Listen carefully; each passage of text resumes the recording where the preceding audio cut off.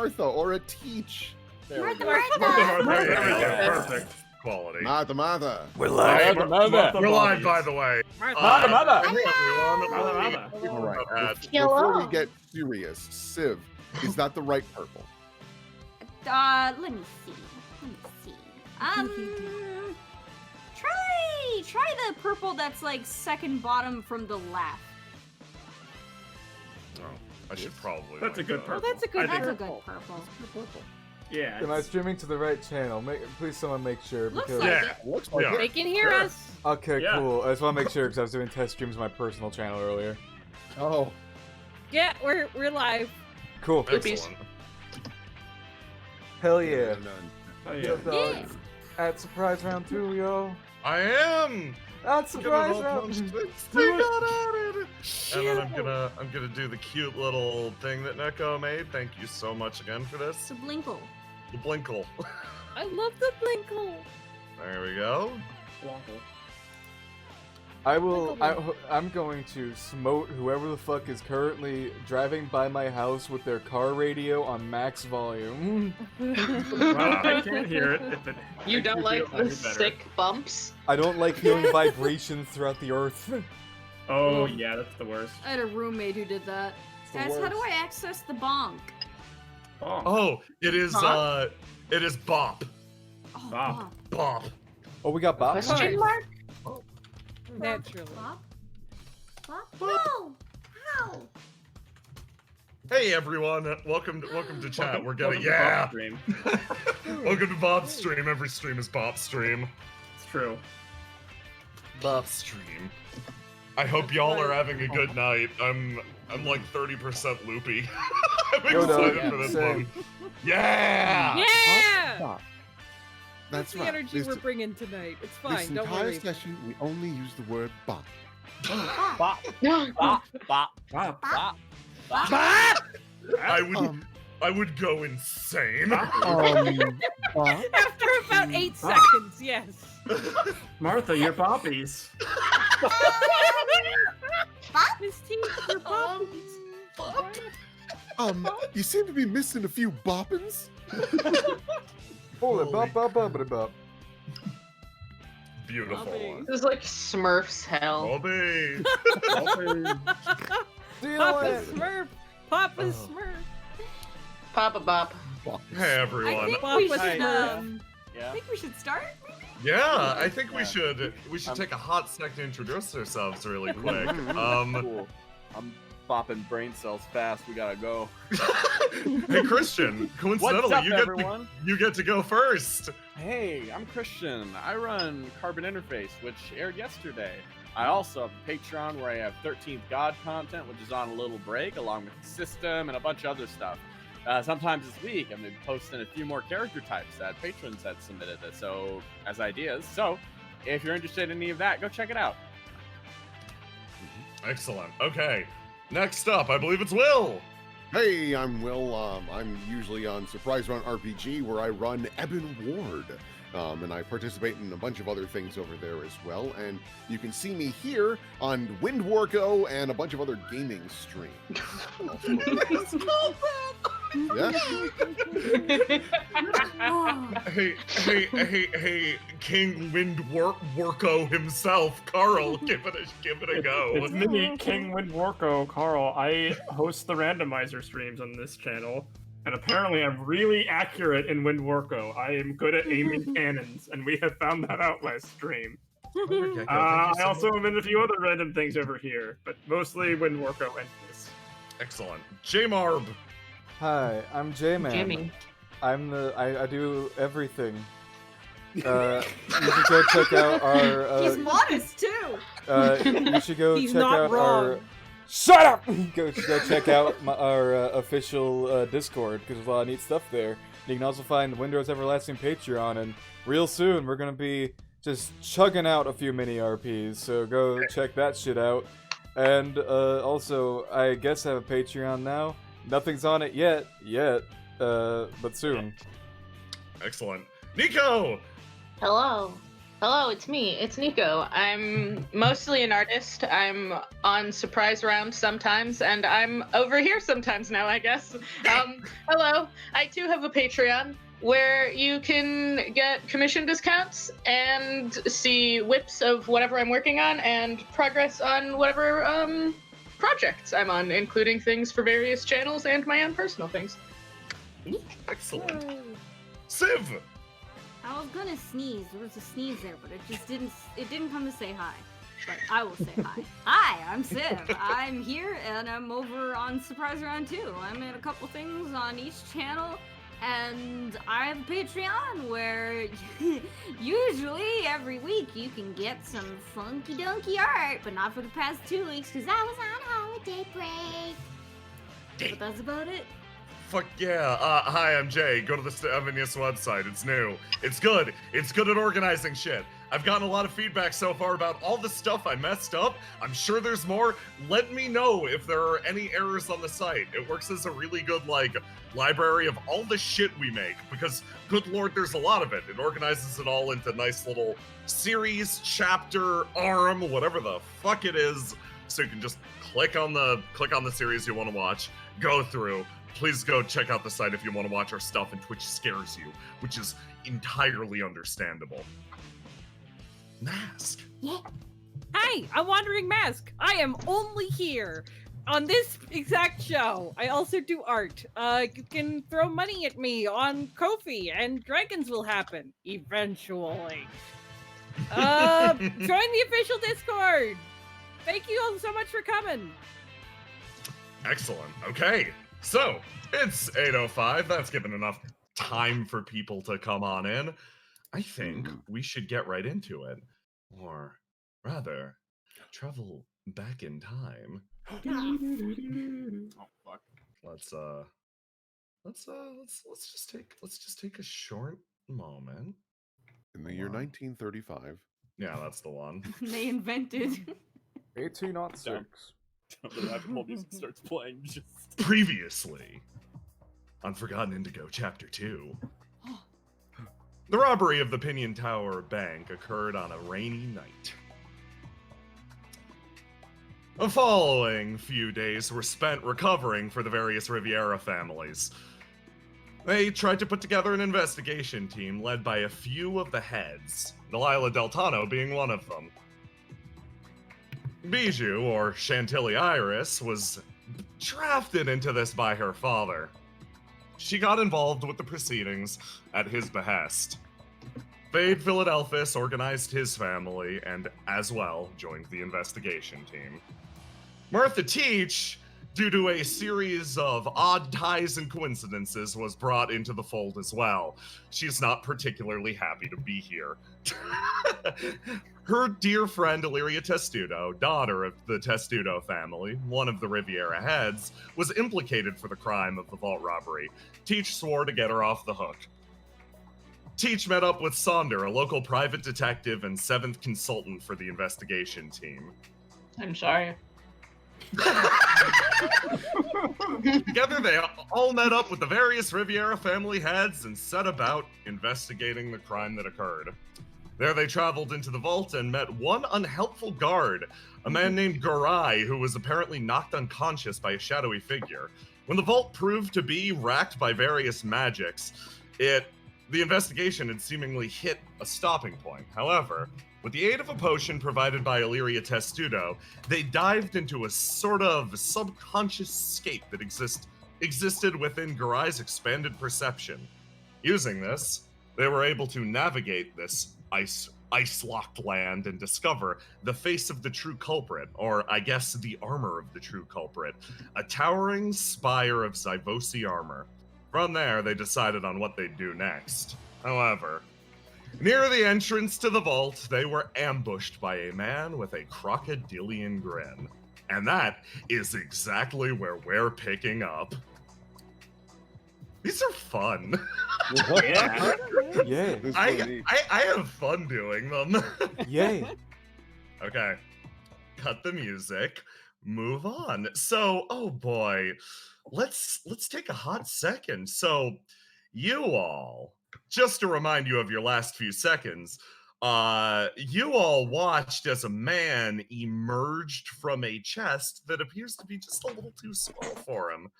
Let me get you over to the correct map and bada boopy. There you go. Thanks. Bada boop. Here you go. Bada boopy. Here we go. So, what was the music play? Oh yeah, it was something like Bonk. bonk. Benny? Should we do one of the chiller? Yeah, let's do one of the chiller ones right now. Let's open with something calm. Nice. So, Oh hell yeah. Their choice. So let's take a hot second to explain a conflict. When someone pops out, say, of a chest and tries to attack you for no discernible reason, there's only one thing to do to respond, and that's you immediately roll to die. Everyone does. This determines how quickly you're able to react. So, we are going to start this encounter, or this conflict, by everyone rolling to die. Easy. Ah, perfect. ooh. Oh, okay. Now, you choose which color you would like to lock in. This will determine your overall approach to the conflict. In Windrose, your different stats mean different things. As such, the color that you equip at the start of an act determines overall what your character's strategy or philosophy to the conflict will be. In this case, a man has popped out of a chest. How do you react to this?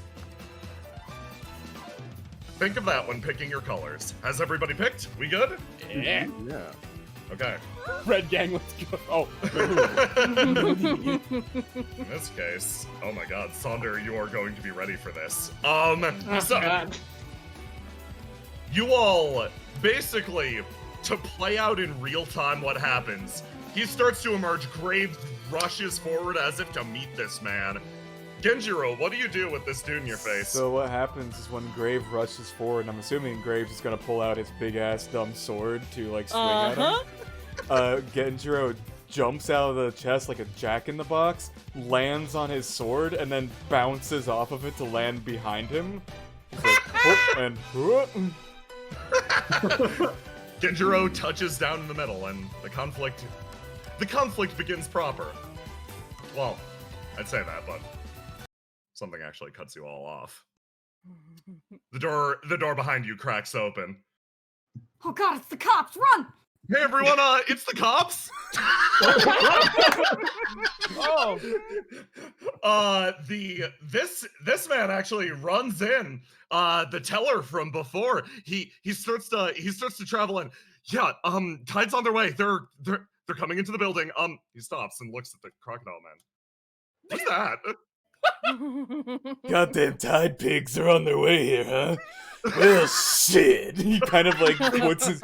You notice that he was reaching out for fucking 3 ice picks out of his pocket, and he puts them back in. Damn, we can't afford to go to jail. Yeah, you see that, Oh. Tilly actually had that little knife she used earlier. She had that out, and she quickly just... So, here is the other fun thing about Windrose combat, or I should say, a conflict. In this instance, you all still rolled your stats for the start of what appeared to be a combat. However, in this case, you are going to be addressing a conflict that is not a combat. I want you to preserve all of your stats just the same. Now your mission is escape the tower. Ooh. So, I want to know how you're all going to go about that. Let me get the music rolling again. This time, maybe something a little different. Let's do, yeah. Or, yeah, this one's good. Okay, so, you know they're heading into the tower right now. In this instance, Sonder is going to get to go first. Sonder, you then choose who gets to follow you up, and then that person chooses who follows them up, and so on and so forth until everyone has gone. You guys can take a moment to discuss out of character what you'd like to do, but basically, Tide's coming in through the front. What's up? Okay. So I guess that means we have to find a back way out. I mean, we took a back way in, didn't we? did take Or time. they, to see or Oh, was it that did. out? Was that out this way? It was out the front door, but Yeah. Yeah, we came in through the sewer. Yeah, because That's what I'm my gonna call question it. is, real quick, are the Tide currently at the bank front door, or are they at the first floor of Pinion Tower? There we So go. we can actually show you right now. Yes. If Here you you look- go. That was your entrance. Bastard. Here's where they are. I see. I've spied a man. You spied a wife. I've spied my wife. That is the relative position to you right now. It's decision time. So like, I'm not against you guys discussing out of character. Like, okay, what's the plan? Like, everyone act together here. Okay, guys, what's the plan? Oh, all right. Well, Because, like, let's see. Hold on. Where do we came in? You came in. Not in this room. No, It it's was from right this next- room It was right here. Yeah, it was like right outside. Yeah, the so door. if we're like hyper fast, we have enough time to Ah. scoot in there. Someone could run interference. Yes. Okay. That's true. I mean, So who's the least suspicious one to be here then? Martha. I mean, Maybe. Where are we meeting up? well, if you'd all like, I have a perfectly lovely restaurant on Seaside if you'd like to pop on by there. Sure, what is it? It's the Abyss. Oh, okay. Yeah, sure, I'll meet up there. She like, hang on. She wraps around the corner real quick. I have Disillusion locked in, so Okay. she pops around. Hey, Garai, can you lie for me? Huh? Yeah, I mean, to who? What? Just cover me. Sure. Oh, just Sure. cover me. Yeah, sure. Cool. Okay. I'll go So- talk to the Tide and stuff. Okay. So your plans to coordinate with Garai? Yeah. And give them time to get in sneaky all in the back. Okay. So Would you want to We don't have just Keith? have Garai do it. He's the guard. That's Oh. true. Yeah. I mean, Like, he's supposed to be here. Yeah. well, I with don't know. some, That could work too. this is also my vault. I mean, I might be Yeah. able to assist in some manner. Aren't we just here? Like, isn't this fine? I guess just details would suck to explain. Sure. Hmm. Well, if you want to do that, let's do it quick then. okay. Hmm. What are you Are you- thinking, Fade? Yeah, how are you feeling? I have an idea if things go badly. I'll back you guys up. Okay. In this case, you two up here. Graves has fucking got his just circling with his face facing Genjirou, going like fucking big ass sword held defensively in Chris front. is the only one who still cares that this crocodile man is it. Yeah, fucking Genjiro is like looking around real quick, and he kind of like scratches the top of his bald ass head as you hear an audible just scrape like fucking concrete against concrete. As he just goes, I'll be real, I can't quite afford to go to jail just yet. Yeah, Tilly was actually thinking, there is no problem in any of them being here except for him. Yeah. Like, everyone has an alibi. They just don't want to talk to the time.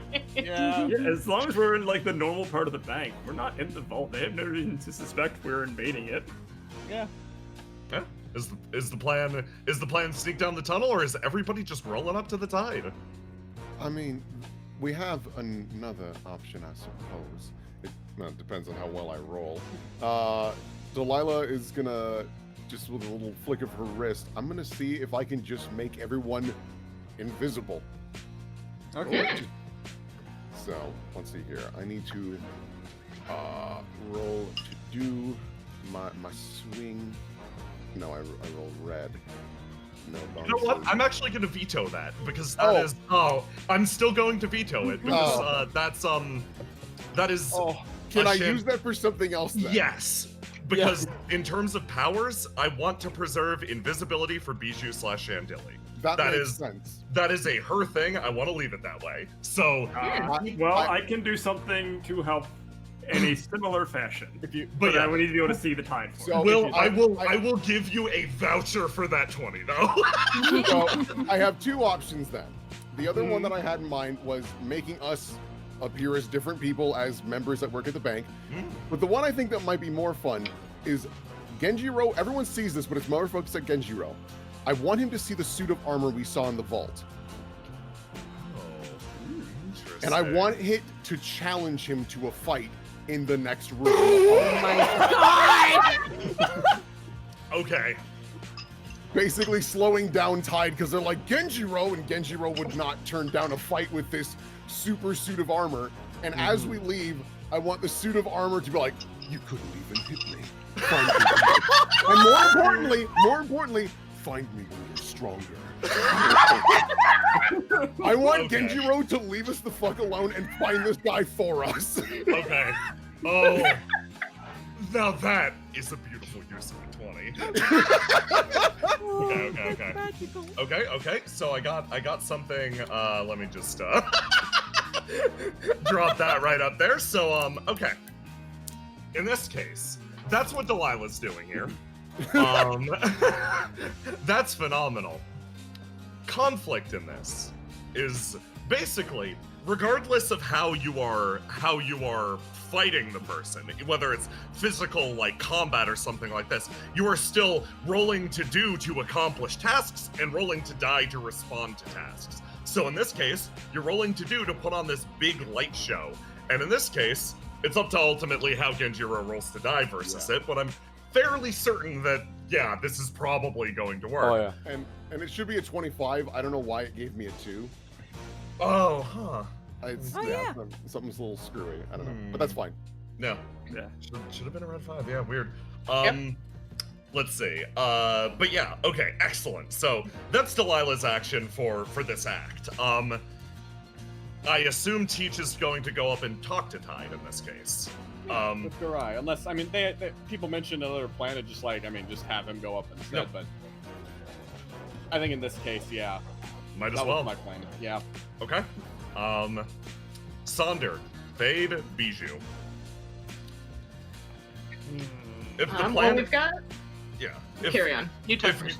If you guys want to just sneak on by and get to the tunnel or something, that is still a valid action. That'll get you out of this situation because that'd be your move, like other people creating the distraction for you. Or you could help create this situation just a little bit more. I think I would like to actually go with Martha. Oh, excellent. Okay. Exciting. Oh. Okay. I'll move you over here. Just Martha Pyle. I'm going to follow Delilah and just Okay. kind of hang out near the entrance to the escape tunnel just to help in case things go badly. Okay. Yeah, that was Saunders' plan. He was gonna be lookout or for whoever was trying to sneak out, but since it seems like we're hanging out, Okay. So, Saunder will hang with Fade, make sure everyone gets out. so we got more or less how the split's going. Let's do it like this then. Here's how this first act will play out. This is spicy. Okay. Let me grab some tunes. Yeah. This one works. So, it's just a normal, ordinary day for the Tide. They're enjoying a short stroll to the Pinion Bank vault. Specifically because, in this case, Vaughn just realized something. So you really think I could live through that? Oh yeah, probably. You know, it's full of poisonous gases, right? Oh my god. If you remember correctly, we put you in an armor that literally ate the people inside of it, and you were fine. That's a good point, actually. They move forward to test the full capabilities of Karsh's regeneration versus the Pinion Bank Vault explosion. Something that's rumored to be fucking hyper toxic, and as they do. I like the idea that they just throw him into pits to see if he'll survive. he's like a fucking crash test dummy. And as they do, they round the corner, and I believe this is the point where they would see the three of you coming from the vault, or is it only the two of them? You stealth up, Bijou? Suit it up. She will for now. She will for now until it's a good moment. Okay, so you are currentwill invisible. They see only the two of they see Garai and Teach emerge back from behind this thing. And Will, please interrupt me whenever you want the confrontation in the other room to begin to create that big noise of like Genjirou getting into this big fight. Oh, sure, yeah. You tell me when you pull the trigger on this, at what point during the conversation. So, Sure. Garai and Teach, you start walking forward. Yeah. So wait, Garai, I actually do have a question. Yeah? What? How many vaults have been robbed under your watch so far? I mean, this is the first vault, technically. Like the other one was, he stops and looks at Vaughn. Vaughn stops and looks at him. Then he looks over at Teach. Tisk in the background. You're saying? Oh. Everybody's here, huh? Oh. Is there bad blood? Did I miss that part? He starts to walk forward, and then holds out a hand for Vaughn. Vaughn goes up and shakes his hand. Right? Vaughn, good to see you again, man. Yes, good to see you. Looks over Garai's shoulder, sees Teach. Okay, I'm a little bit confused here, to be honest. Yeah. She kind of walks up and goes and pats Garai on the shoulder. I had come by just to kind of check up and ask a few questions about something I was looking into myself. I see. Vaughn kind of looks over this way. Were you in the vault just now? Yep. Straight with him too. Vaughn's eyes got narrow. I was under the impression the vault was full of very poisonous gases. Oh, that's all bullshit. Huh. Yeah, I mean there was once. Not right now, though. Well, who made that shit up? Garai genuinely shrugs. I don't even know. But apparently it's fine. Teach, can you roll me a d20 plus your red? Okay. To determine the efficacy of... It's not even like you're lying, really, at this point. It is just how convincing you are. Okay, And in this sure case, thing. you will lower the HP... You will lower that suspicion meter, the HP of the encounter. Of course, let's see. Oh! Alright, I gotta roll dice, see if I can beat that. Hold on, yeah. Oh, wow. Whoa. Nice. Actually, Yeah, really good, though. Vaughn rolls pretty good, but admittedly, yeah, like, okay. So in this case, yeah, Vaughn! What's up? You look at Teach, and you see her general attitude, you see her general approach here, and you're like, yeah, that makes sense. Like, I don't wanna bother this lady about that. She seems like she's having a day.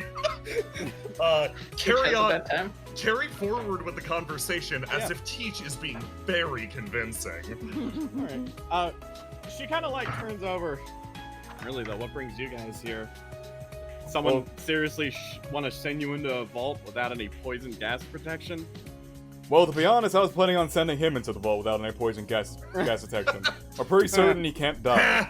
Yeah, Oh, I mean we've been testing that theory for a while now, actually. Yes, we've seen him get cut in half before, and yet he's been fine. Karsh lets out a laugh. Garai also laughs. He looks over. Yeah, our big job right now is, I don't know, we're supposed to keep an eye on the vault, make sure that nobody comes in or out. Riviera's supposed to be messing with the place. Kind of waves a hand. Supposed to round up any mafiosos we find. Yeah. Right now, they actually got a bit of a case building up against them.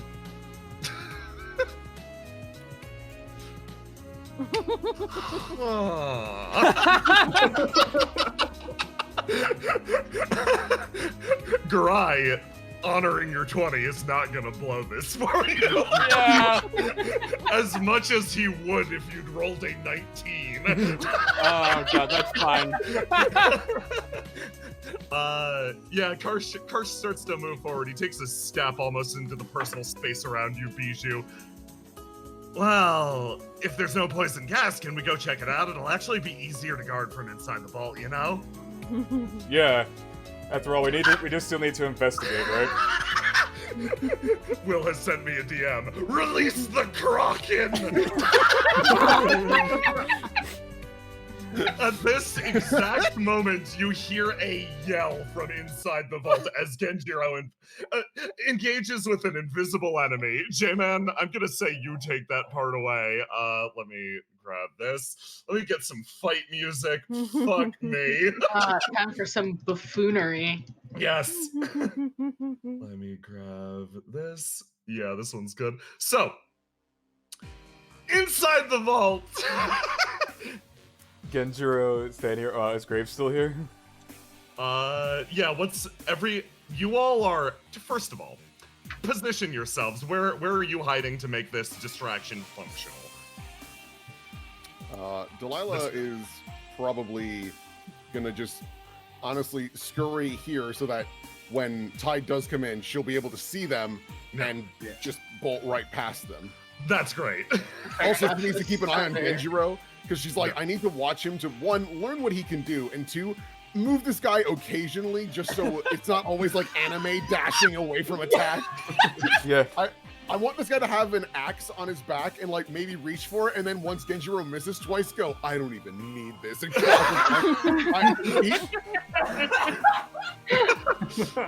Holy shit. Okay, so in that case, He's gonna go stand by the only barrel large enough to potentially hide his presence. oh, good boy. okay. Sander evens the teams. So every roll that you're making, every roll to do, and all of your crits are wounding the encounter functionally. Every single success that you make, overall reduces the suspicion that these people have, the potential that they have to see you, and it also makes them more likely to slip up and give you a chance to get by. Teach's efforts back there actually immediately managed to wound it by critting, doubling the damage, and then yeah. So this is already a bit easier than expected. As they come into the room, they all start to move forward. And J-Man, tell me what they see. Okay, so what happens immediately is like Genjiro kind of just scratches his head a bit, trying to like contemplate the fuck's happening. Then he just hears a clank from behind him as he slowly turns around and sees this shit up here and goes, "Oh shit! Who the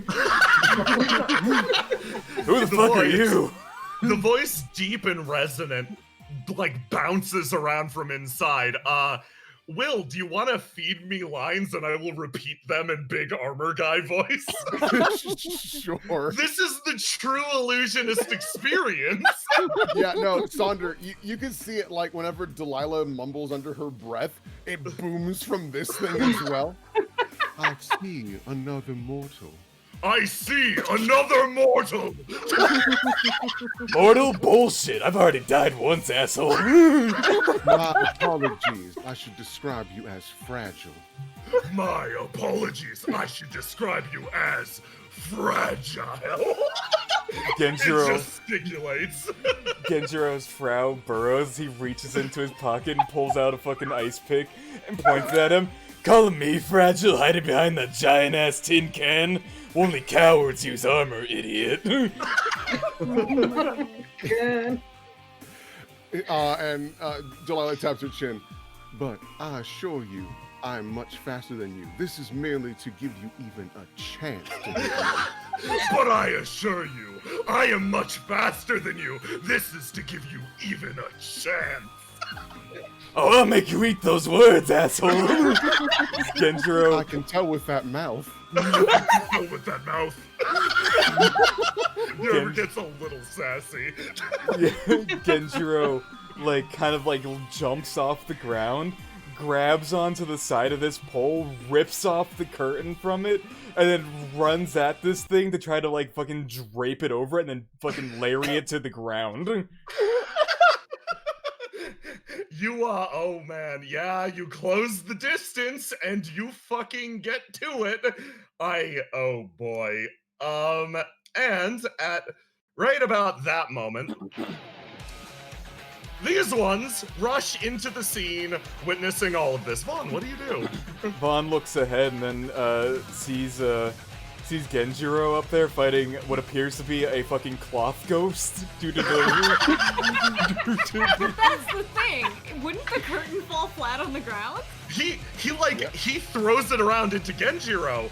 Like, Delilah's like, crit 20, ad-lib the illusion a bit, like, okay, I just need to twist the perception a little bit. It's billowing like nuts. What would be even cooler is if he threw it on it and it landed on the ground and then Genjirou's like, what the fuck? And he like winds up right here instead. Yeah, no, I want to put in perspective. Oh, yeah. Anytime Genjirou tries to hit this thing, it like anime Virgil teleports like back towards him like Akuma, just looking over, pathetic every time.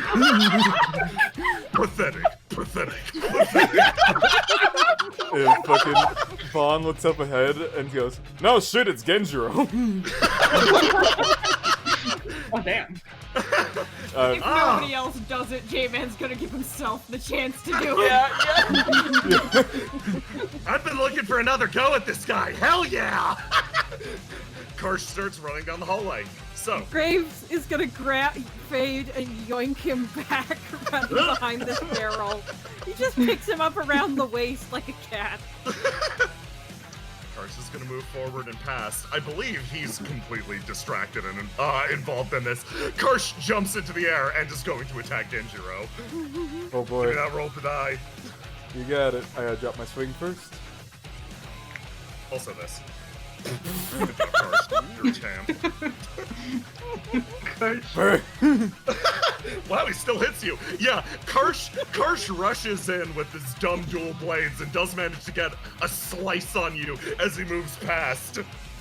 Yeah, fucking Genjirou getting a slice gone through his fucking back there. Then, like, looks at Karsh, goes, oh, hey there, fucking crooked man, how's it going? Hey there, crocodile dude. He flips fucking crocodile. What? You all have a chance. But the others are moving forward. They're probably going to continue on. Is the plan to wait until they pass? Yeah, so. my thing only hit to them looking and maybe seeing us. Ooh, okay. Excellent. So if something whiffs, so in this case, they are going to move past. I'm going to need everyone there to make rolls to die for perception. In this case, if you are discovered, or if you fail your roll to die, you aren't discovered immediately. It's not a success-fail binary like that. You'll take HP damage as you get that, like, the butterflies in the tummy as you're like, ah! And you, like, scrunch down a little further. Only when you take a wound will you be properly discovered. Oh. Okay. Sonder rolls big. Big Okay. brick. Okay, so in this case, yeah. I actually only roll a 10. Okay, that's still enough. The DC Okay. was a 10, which means in this case, well, Graves, you get to lock in a color. You're actually okay here. He's too big. It's too, actually, yeah, you know what? You shouldn't be able to get your attribute bonus to this. Graves, you actually managed to, like, you feel the anxiety setting in. It's not even anxiety. He's just too big. He's too big. One of his hearts is sticking out a little bit. There's just Graves, not room. You panic and, like, pull your head in a little bit more and wang yourself a little bit. You take 5 damage, increasing your odds of discovery in this case. However, everyone else manages to pass the check more or less. You got a moment. Do you guys want to go for it? Let's book it.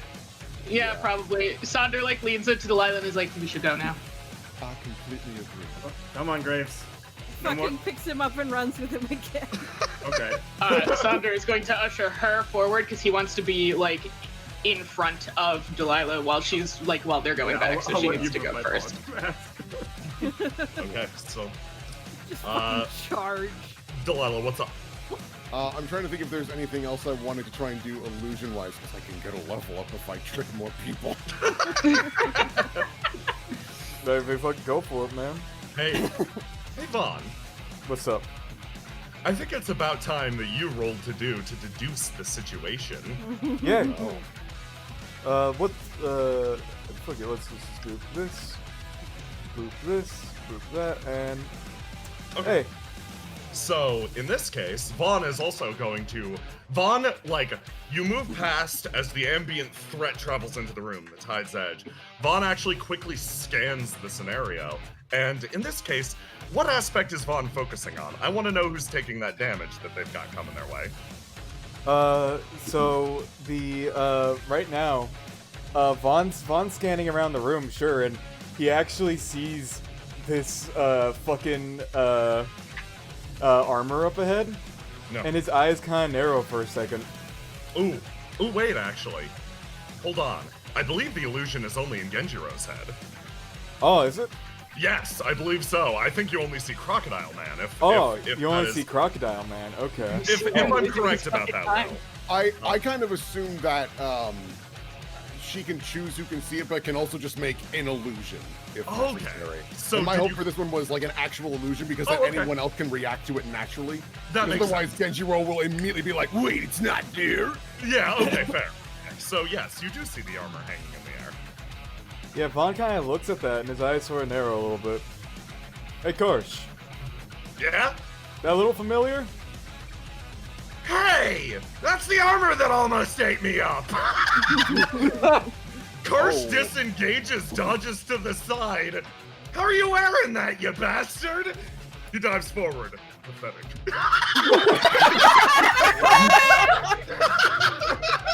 Oh wow, we learned a lot. Oh, Oh, that's fun. Oh That's a man, fun thing to note. really good revelation. So I'm you so I love glad my that my wife. lead had any ground. yeah. I love my wife. I'm going to say, Delilah, give me a quick roll to die, actually. Yeah, that Oh, makes another sense. one. To break through the illusion in this case, probably. Okay, how do I keep my red? Because I had locked it in. You just but- hit roll to die. Yep. It'll keep it for you. Okay. Excellent. Okay. So that So was What's way your worse what's than your I thought. bonus attribute level? it's not right now. We are. I haven't. Yeah, I haven't done. Yeah, any we of are. that We are stuff. playing level 0 right now for a reason. Like, I wanted to give everyone a taste before I made you specialize, basically. So in this case, that like Vaughn, you probably see through the illusion to a certain extent, and it isn't enough to break through. And Delilah, in this moment, you actually push yourself to like reaffirm the illusion. But it's that moment of like, oh shit, panic, and you wind up taking damage. Oh, J-Man, okay. take it away. How much damage does she take? In this case, it would be Vaughn's stats are really big. Yeah, this would should be. Let me do some. I can actually do some quick math here for you. It'd be 12. Well, Yeah. so my illusion was red as well. Would we have clashed? Ooh, that's a good one. Yeah, I actually think that is that's true. Yeah, you That's would a have good clashed. Okay. So you can roll to do against it. Yes. When you clash, when you have the same color, Vaughn has a red, Delilah has a red, you roll versus each other instead. You can defend by clashing functionally. So yeah, give me that good roll to do. Well, we've had 2 nat 20 so far, so Yeah. what's a werewolf apartment? Third. I finished shut my mouth. All right. I well, finished shut my mouth. yeah. Thanks, Yes, the Ash. other number. Oh no, that's a lot of damage, man. Other number. Fucking. So, Oh, you go. in this case, it probably would be a wound, which would mean you'd lose one of your attributes. It'd be that moment of you managed to keep the illusion stable because that's what you value the most right now, but you probably burned something out with your magic in your mind. Like, I am going to use one of my gifts to reduce the damage she takes.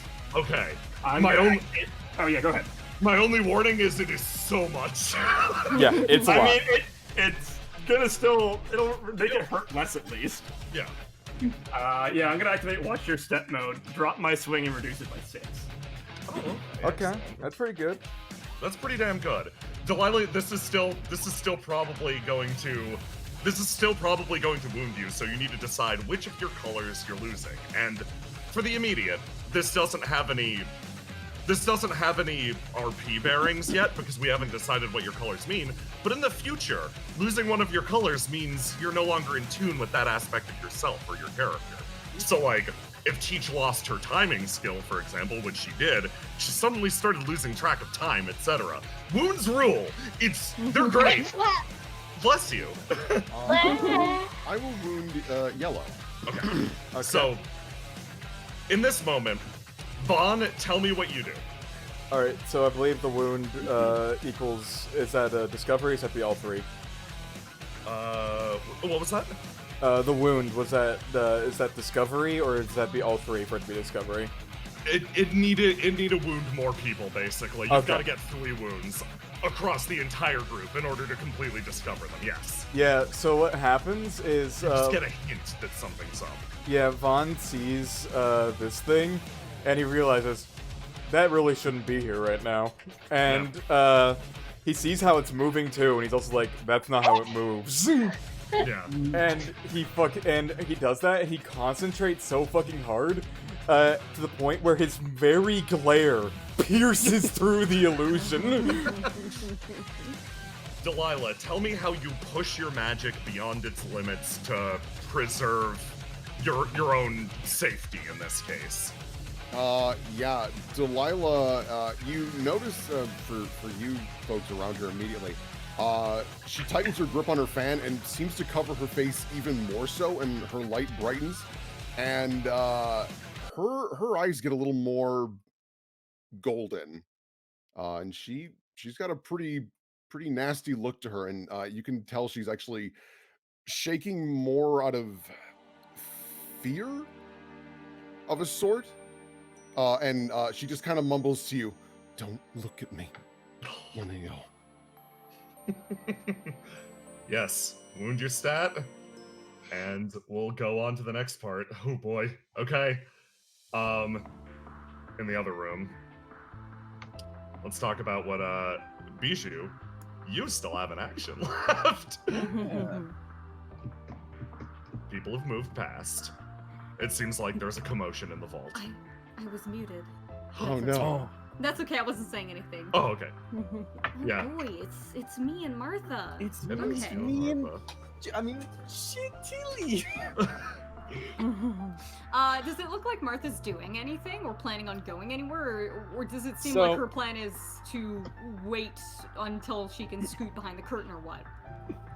So I'm assuming after that point, Garai fucked off. They went back there, and she just kind of like stops, looks around. There's 2 other Tide people right there, so she just kind of casually starts making her way this way as if she's just gonna head out, since she already talked to them and stuff. Yeah. Looks like she's planning on leaving, but leaving normally instead of attracting attention to the curtain itself. Okay, that's interesting. Tilly is just going to follow behind her like a little duck, and then when they're out of sight of the Tide people, she is going to... Excellent. Excellent. She's going to explode. You know, She's that's going what she to- does. Yeah, so we keep going until we get to that point. Yeah. Okay, you keep going until you make it to that point, and then pop! Bijou back. I don't think Teach immediately recognizes that she's back yet, as she just kind of keeps walking a bit and she's looking forward. Well played. Huh? She stops and turns around. Oh, hey, yeah, thank you. She kind of looks a bit and around. I'm not good at lying, so I just kind of, well, I told the truth, I suppose. But yeah, good job too. Hey, are you doing okay? All I did was just sit there. You were the one who just avoided the questions. She kind of like shrugs at that. I suppose so. Is everything going okay, by the way? Well, I don't know. I was out here with you, but I think they probably have it under control. Yeah, no, I meant, sorry, I meant earlier. Oh. Sorry for dropping that on you and stuff. Well, we're here now, and, oh boy, we still have a lot to do, so I can't really focus on that right now. Fair enough. she kind of just like, well, what's next step then? I guess we're going to a really schwanky, overpriced restaurant. All right. But you know, we have to focus on the truth, so I think maybe we could walk and talk, figure things think out so. as we go. Yeah, That sounds fantastic. Okay. So I'm gonna say you two exit. The rest of you still have some hurdles to clear. Okay, so you have officially hit the corner of the map on your Fire Emblem Escape map. Congrats. Hell yeah. Yeah. You're good. The rest of you. Sonder, you still have an action left.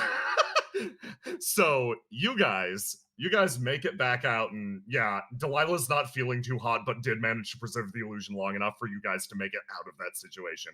Vaughn's no longer a threat. Sonder, you got any big plans?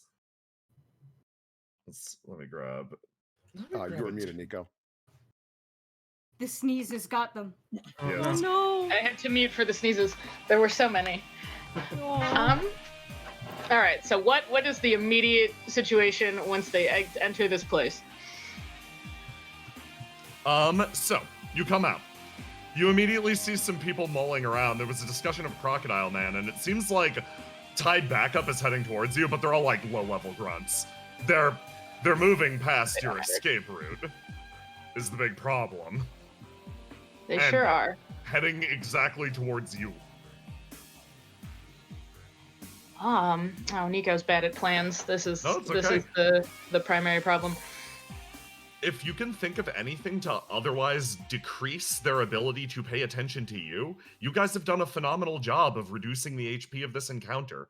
This isn't just about beating someone down. This is about overcoming a difficult situation by rolling good numbers on the dice. Which is like, that's the basic of games, but I feel like I gotta say it. Do I still have a like non-colored wild action I can do? You do, yes. Okay. Do you have any plans, Nico? I think because Sonder wants. I guess it's Sonder's gonna start wants to distract these fuckos. Like he's a known question mark. It wouldn't be weird for him to be here. That's fun. Depends on which of them rolled a 10. Yeah. Okay, so is the plan to hop out and distract them? Because oh boy, I want to see Sonder run interference. Yeah. No, I'm thinking because I've got a thought. Shit. You can do it. You got this. Hold on. I need to fill in some blanks. You know what? It'll be fine. Sonder, who was like, because I imagine he's like tall enough to look over Delilah's head. Yeah. Oh I yeah. don't know how tall Delilah is. Is she like super tiny? She is 5'5" with heels. Oh, baby. Too small. Yeah, he was like she said not to look at her, so he was like ushering her out while just like staring over her, like just like, all right, I respect that, but also we gotta move. So I guess he's Chilling gonna back here. Jirai can chill back there. Yeah. Graves set Fade down and is now basically on the floor to remain below counter level.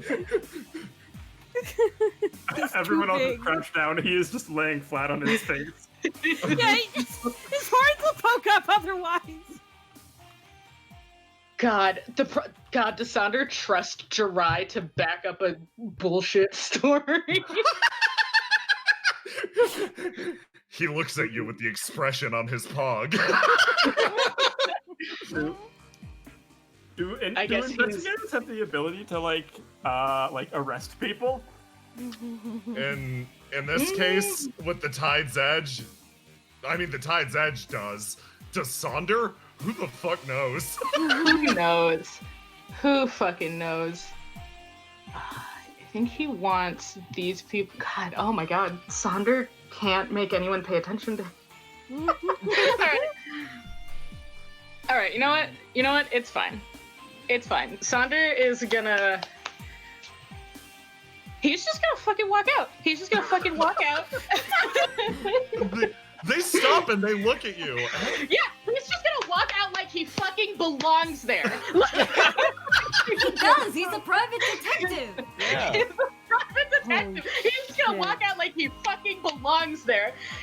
He's got a notebook in his head, like one of those tiny little notebooks. There's nothing's written in it. He just has it. He's got a in his cat head. drawn on it. Fade through the cat. He's just gonna flip through the blank ass pages. He's looking down at it. He's not even gonna pay attention to these fuckers as he walks by. Okay. They stop and they're definitely gonna stop you. So I'm gonna need a roll to do from you to see how well this plan goes. Just hit that. Bad. Let's see. Let's see. Versus their rolls to die. Are we ready for for Sandra's first bad roll? Yes, let's go. Yeah. Oh, Bad let's one. do it.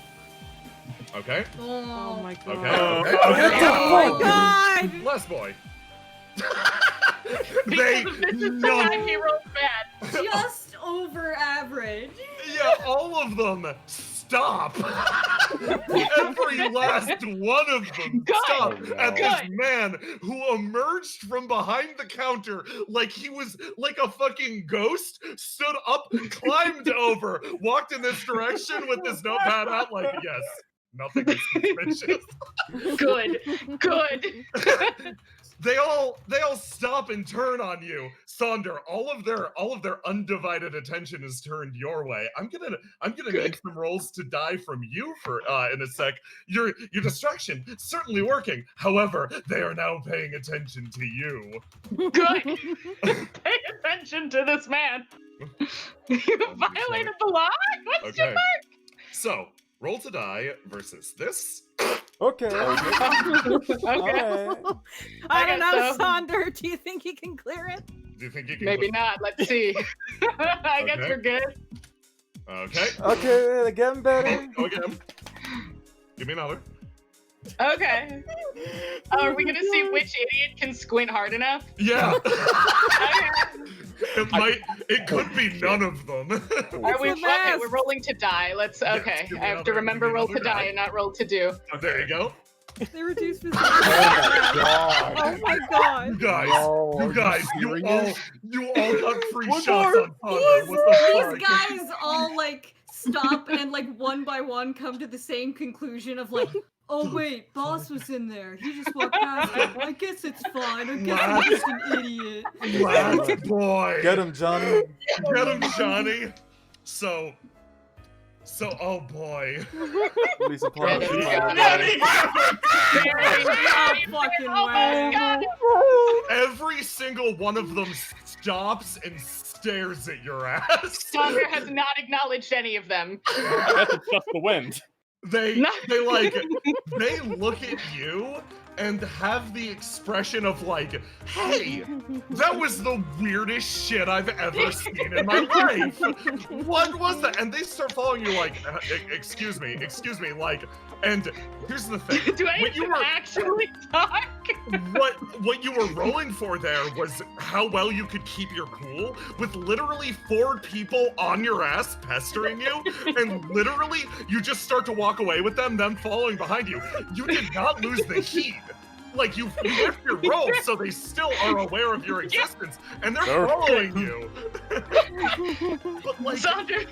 Okay, yeah, please. you don't give a shit.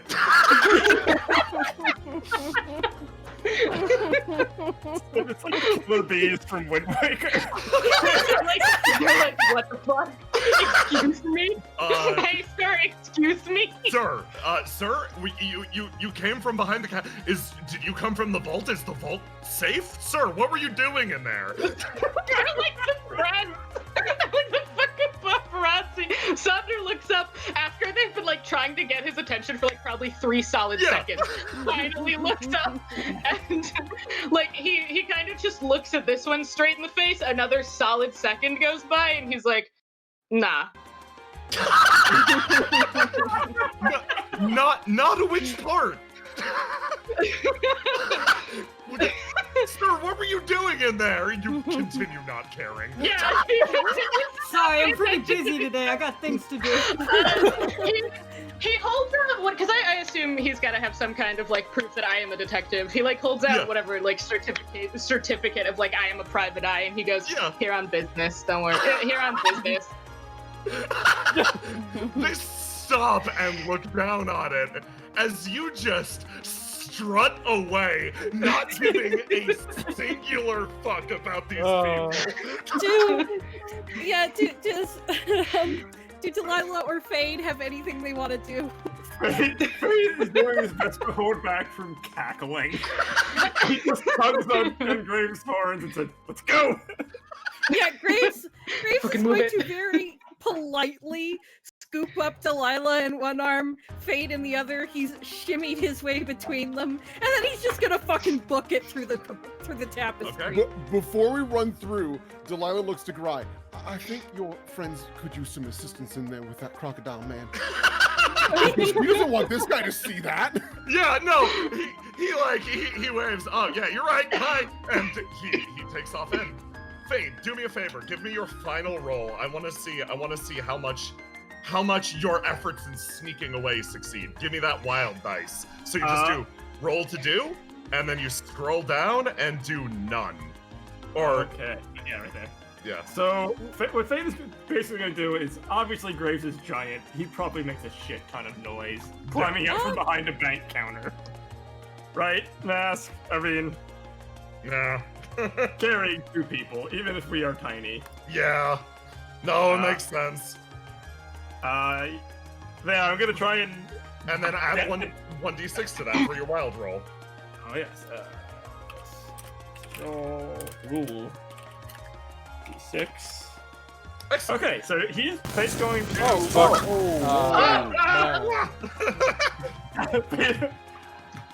You see Fate's headphones light up and a twinkle in his eye as he grins and points at the 4 goons, and for just a bit, they swear they can't hear quite as well. Okay, excellent. Yeah, Fade, you focus in and everything gets all quiet, and all of a sudden, these folks managed to sneak by that much easier. You managed to slide your way back behind the curtain, and you managed to actually deal another substantial wound to the encounter. In this case, you've managed to decrease it from 1 wound was originally going to be, you managed to slip away, no problems. 2, in this case, means that the encounter, the tide coming into the vault, was sort of a chaotic farce for them. Like, in terms of what they got from this, they got much less because you managed to deal a substantial amount of damage. I was counting up to 3 wounds for either side. Your side took 1, the other side 2. You managed to slip away, and I am going to take a second here to focus on Teach and Bijou because Mask's computer is fucking. You make it out into the night. Alright. That was really fun, by the way. Yeah. Pathetic. pathetic. And I loved every part of that. Okay, let's go with the thank you for the theme as well. Let's of course do one of these. Yeah, that sounds good. You make it out into the night. Scary nighttime. I'm in the void. Oh, you're Classic night. Wait, what? Classic night. Is the map Oh, I up? see. It's loaded for me. No, hold on. Let me just reload. Yeah, roll 20 might be fucking. Am I There it alive? is. Yeah, There you yeah, go. yeah. You're alive! Yay! You done it. I did it! Give me a sec. It's like very slowly loading. Oh! It's It's a fine. pixel nightmare right now. It'll load in. Yeah. There it goes. Yeah, it does that to me too. I've got like 3 or 4 solid seconds of just unparsable pixels. There we go. Roll 20. Roll There you go. 20. That was hysterical, go. by the way. Yeah. Everyone. Yeah. God, this fucking Scooby gang. Yeah. Release the Kraken! Yeah, welcome to our hard mafia gritty chapter. Benny Hill music plays. Listen, I wanted the first encounter to be a very difficult one. It actually kind of was. Vaughn did not fuck around with his roll. No. Unlike everyone else. They phoned it in. They did. They don't want to be here. I phoned it in when I roll. To be fair, they passed exactly the first time. Yeah. Okay, so Bijou and Teach, you make it out into the open air. I gotta call you Chantilly. What am I doing? Chantilly and Teach, you make it out into the open air. Yeah. Alright, cool. I'm refreshing so music plays, but yeah, I'll Fair. just I can- keep pace with I can Bijou. reload the track for you if Okay, cool. if that generally helps. Yeah. Let me know when you're in. I did not expect it to be late at night. I thought it Yeah. would be in the middle of the day. Time actually passed pretty significantly on the outside. It's like Okay, well, it's so I should Working for me. rephrase. The music's working? Yeah. Okay, excellent. So the map doesn't 100% represent the condition of the night sky at this point. This is probably like that 6:37 blue hour. Yeah, the blue hour, or like it's Gotcha. summer, so it's like 8ish. Oh, dude. nah. And it's like nice and balmy and breezy. Yeah, Yeah. you got it. It's That's nice. the good stuff. The city's still very much alive. Think of it as this is daylight winding down. Yeah, we'll make pace then. Oh, wow. Not the worst bank visit, you know? Now, have you had worse? Oh, yeah, I had to go exchange some coins not too long back, and that was a process. Well, depending on how much money you have, the tellers can sometimes be very, they're rude about it. Oh, yeah. How's it like having money in at the bank? Do they put you in more do they put you through more hoops, or do they just give you checks and let you go? It's closer to the second one. They pretend to like you. Oh. There's a lot of that. I don't like it. No. Abyss is this way, and then just to show you where you're going on the map, there. Okay. That way. So, Chantilly, huh? Mhm. Interesting. Cool. She gives her a look like W. It is an interesting name, yes. I am named after the lake, which I'm sure you know about. Yeah. She kind of stops and went, so, is there some significance with Bijou that I'm missing?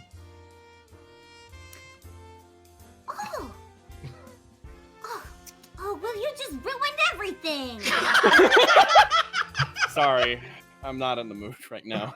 I was gonna come out here and do a little twirl and ask you where your smile went, and I was gonna pull out the photograph. She stops and is like, oh, damn. She kind of, it actually comes back for a moment. Well, that's very sweet, thank you. See, it's right back here. Oh, but wait. We're both gonna spend the next while pretending, aren't we? Yeah, looks like it.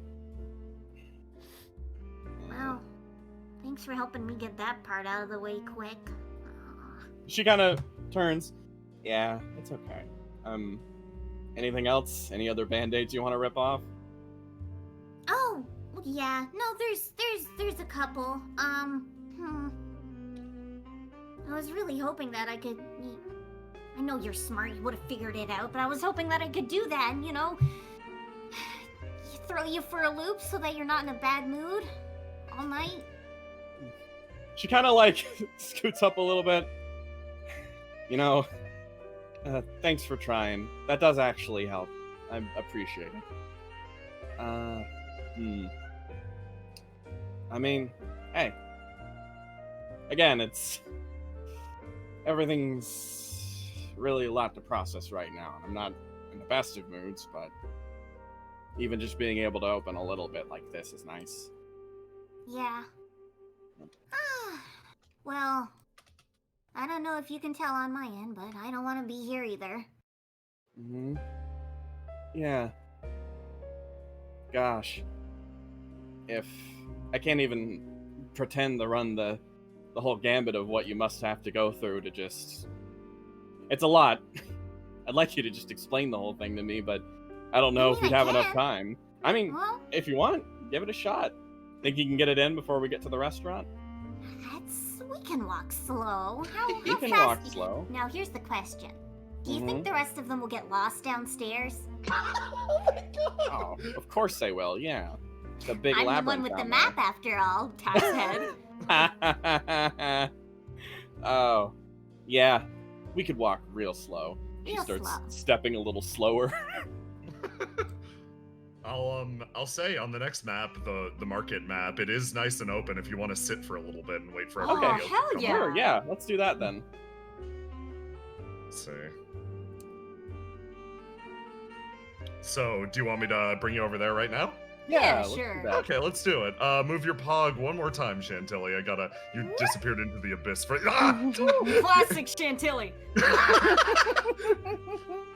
I always imagine Chantilly disappearing in front of a person as the Spider-Man falling on his knees as the person turns into smoke and he screams. No! No!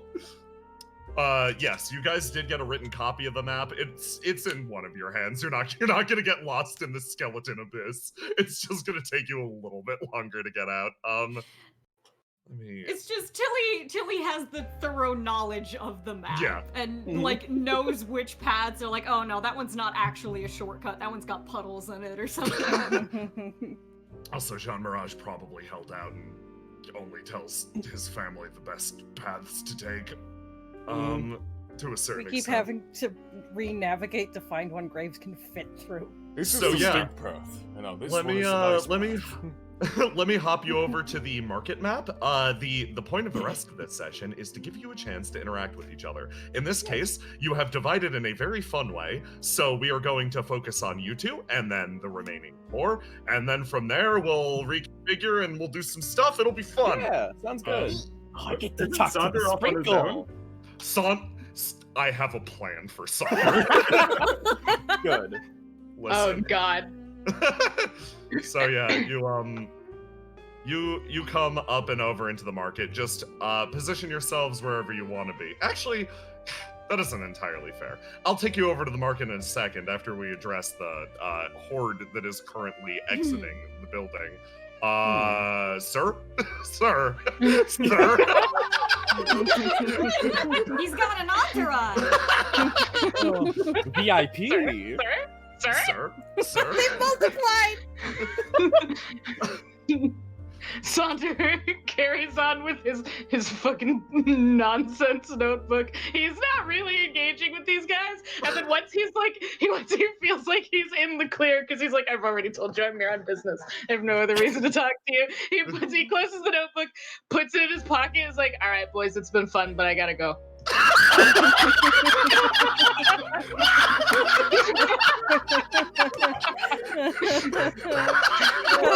They watch you leave. A bunch of lost ducklings. Position yourselves wherever you want on this map. I'll follow step with Sparkle and go anywhere she wants to go. So Okay. I'm just trying to think where here would she like to go to? Because she's been here before, but she's Yeah. still like, there's an ice cream shop. No. There's flour. There's a pier. I like the pier. I don't want to do ice cream. I've had it too many times this week, 2 weeks, month, like lately, entirely. Okay, yeah, let's go over there. Let's sit by the water. Teach follow step with you and it's just so yeah. Did you give any basic briefs of Chantilly's situation, or are you gonna save that for this? oh no, she's going to tell you. Oh, Yeah, excellent! please I was do. hoping so. I just wanted to know. It'll be extremely useful for everybody who's hopping on for chapter 2. Absolutely fair. Oh, Good point. okay.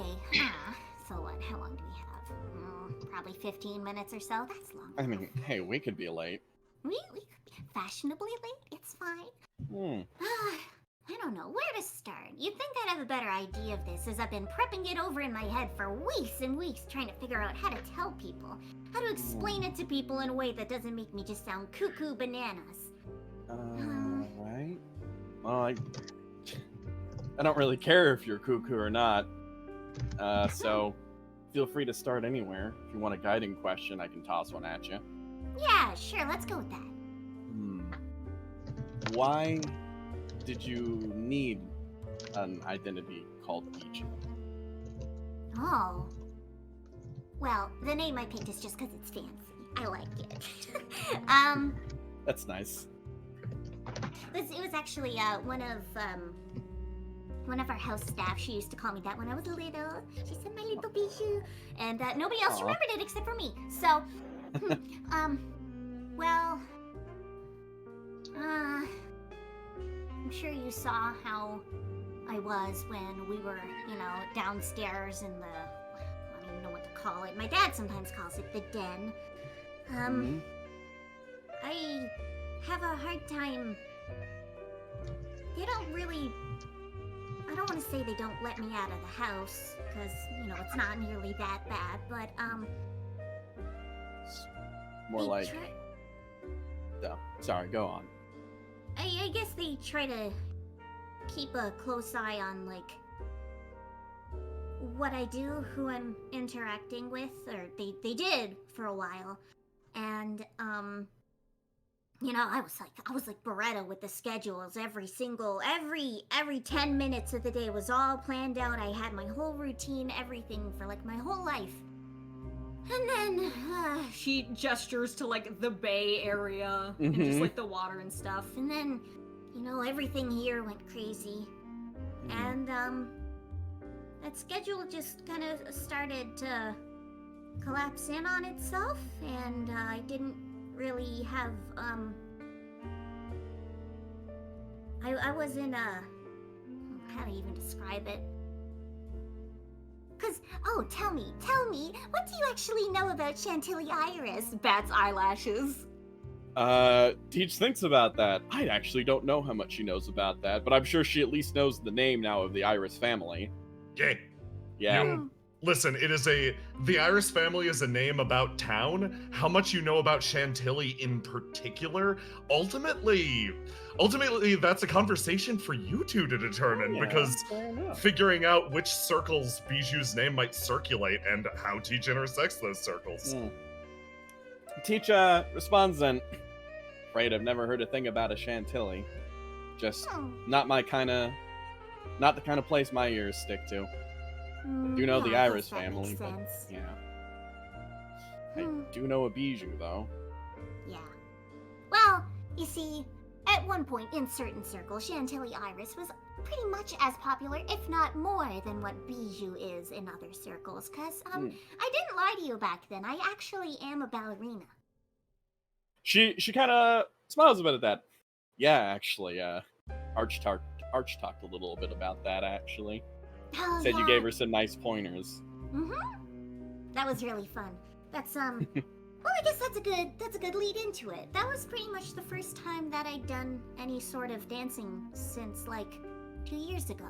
Which is, bit of a big deal, because for something to literally be my waking moments to going to bed at night, that's all it was dance and fancy life. And, after the empty night, it kind of, the stuff that happened to my family, it kind of took me out of it. I wasn't really able to keep up with that schedule anymore. Either was my family, I guess, because stuff just kind of stopped being normal. I mean, the same could be said for a lot of families that were affected, I'm sure, but they kind of forgot to keep, I guess we all kind of forgot to keep up on it. And, then I was just kind of,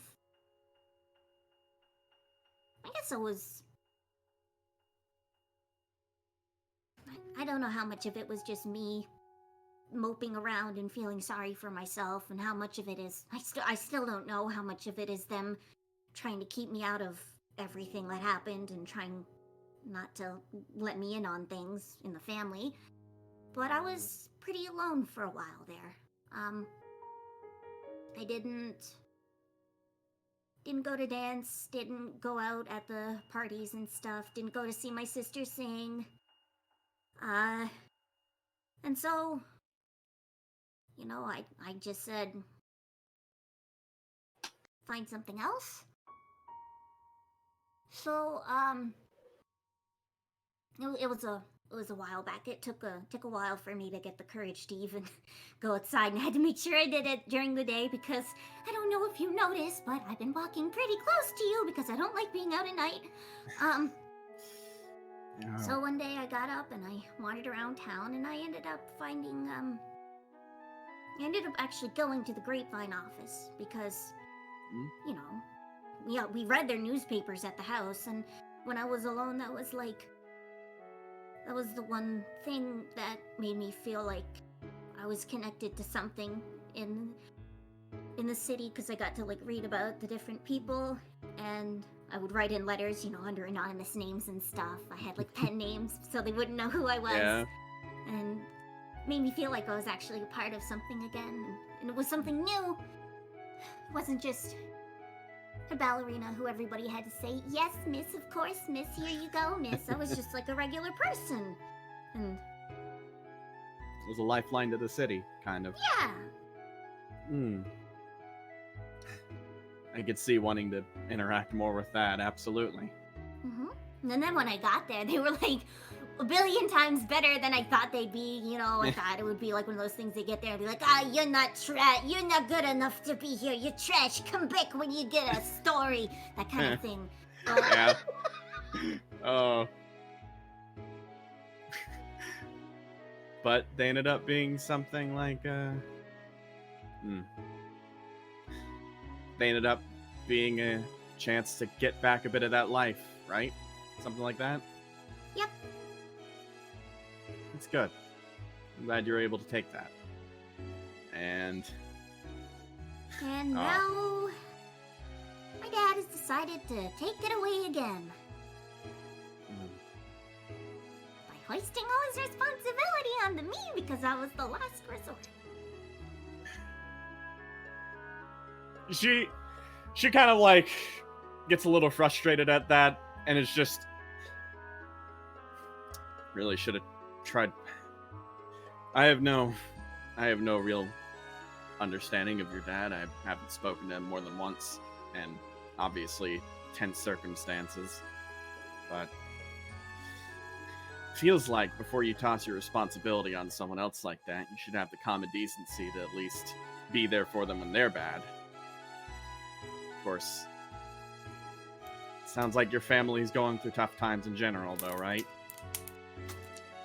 Yeah, I'm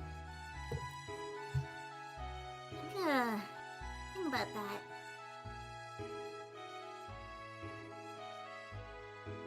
I think there's a phantasm in my house. She stops. What? Are you sure about that? I mean, obviously that's a big thing. What has it felt like? What was the experience like? Did you feel anything with it?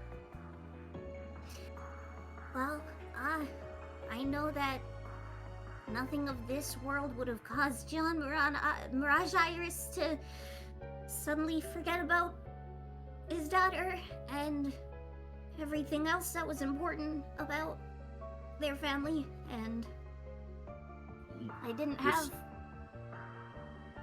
You're saying that he forgot? Then... I'm sorry. Keep going.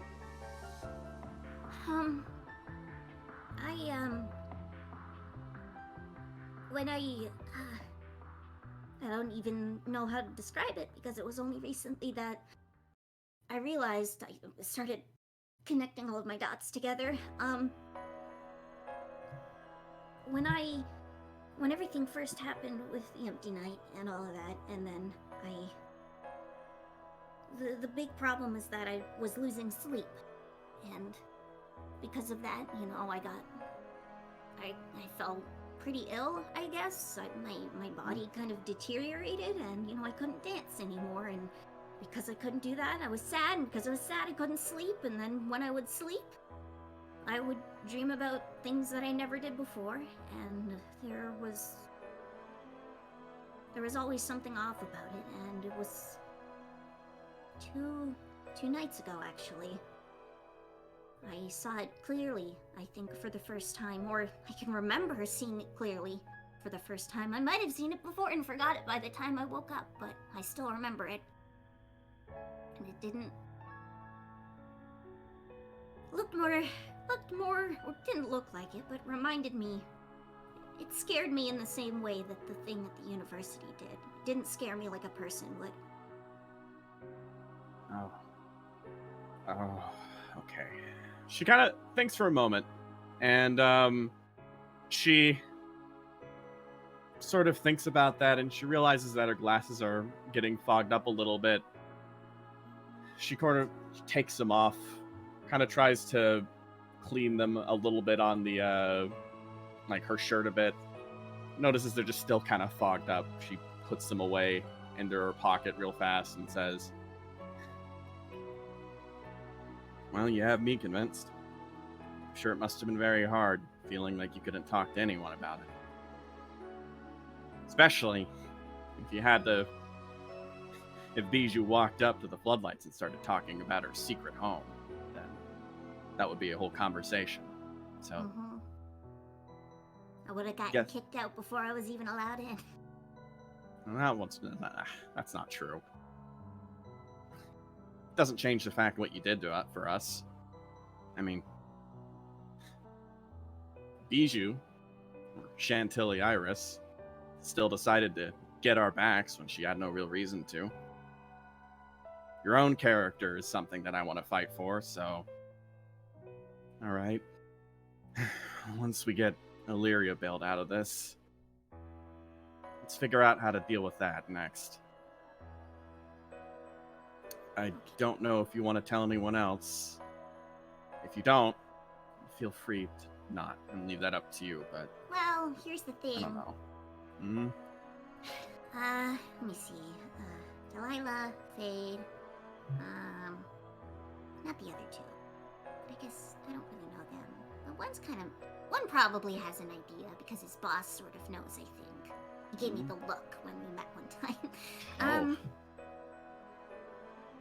Delilah and Fade already know. Okay. Well, thanks for catching me up, then. If that's the case, then it sounds like we got our little merry band, then. I suppose, if you want to call it that.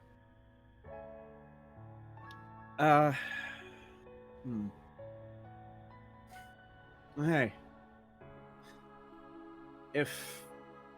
I think you've done a pretty good job bouncing back from that. I know it's not easy. Everything going on with the empty night and all that nonsense. I sure had my time with it, too. It was not a good time. Not a good look, either. But, well, it's been about 2.5 years. And so, I think it's about time to start moving ahead again. And if that phantasm in your house is, causing you trouble, well, we beat up one, we can beat up another. Oh, yeah, no, absolutely. I'm not just telling you this to cry into your shoulder. I'm gonna do something about it. Of course not. I'm not gonna let some weird befeathered dame thing waltz around in my house. Now that I remember it. I don't know. I gotta, draw a picture of it or something. Maybe that's a bad idea. Maybe that'll invite it in. Maybe that is the case. Oh. We should probably actually talk to the people that know about this stuff a little bit. Oh, yes. No, I have some ideas. I know you mentioned Illyria, and I have my sources of finding out reasons, so I know she's your raison d'etre for being here. And I get that, but if I'm just gonna put it out there, I think that maybe, I don't know how yet, But I think the thing in my house, it might just be wishful thinking, me hoping two birds with one stone here, but I think whatever the thing is in my house that's affecting my dad, I think this is connected with the vault.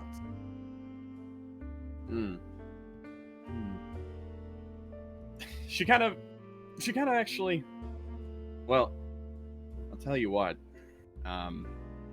quite frankly, I think I already have enough information to get Illyria freed out from all of this. I have a feeling I could walk up with what we have and damn right demand her to get out and it'd be fine. I don't really have much of a reason to be here much longer. So, whether it does or doesn't involve the vault, I'm willing to take out that phantasm with you, no problem. After all, that's what we all kind of signed up to do, wasn't it? Yes, but at the same time, I don't want you to assume that this is your responsibility entirely. Damn right it's not. You're gonna help me. No, I mean... I don't think... I mean, like... You don't really do things for yourself. And... as somebody who was brought up thinking that that's something that was their right to do all the time, was to be selfish, it's easy to see when people don't do that for themselves. So I think that you should try and I don't know how to say it. Maybe, of course, I appreciate the offer of help, and I will take help where I can get it because I am only one little Tilly, but I don't want you to let this eat you up inside, okay? I have other help. She kind of... I think it's my turn to correct something here.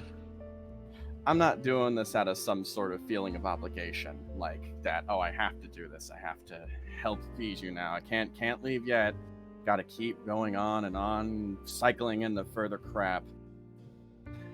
Honestly, it just kind of pisses me off to think about something like that, being able to live in a place like your home and screw with someone who helped me. And beyond that, a favor from Miss Chantilly Iris would come in great handy for maybe getting me a seat at a play or something. I don't know. I'll figure it out. Oh, I could get you free tickets anytime. I already owe you. She kind of thinks about that. If I get any appreciation for Sudden Theater, I'll let you know.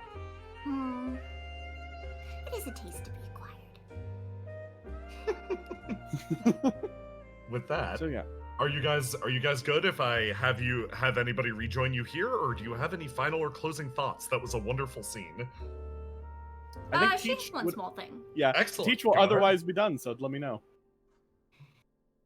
Now, I know this is a surprising amount of headway that we have gained on this little pier on this lovely summer evening, but I would absolutely like to talk to you more about this sort of stuff. When we're not pressed for time, and we're not running out of bank vaults and all that silly stuff. So, did you know that I have a secret apartment? She kind of turns over. I mean, I'd imagine you would if you had to live a double life. Right. Secret base. Yeah. I would like to invite you over so that we can have a little chat. She kind of turns. Sure, all right. Little secret base meeting? Sounds fun. At your earliest convenience, of course. Well, I suppose we'll figure out when that is when we go to that restaurant. Oh boy. Oh boy, it's just one tiny little thing.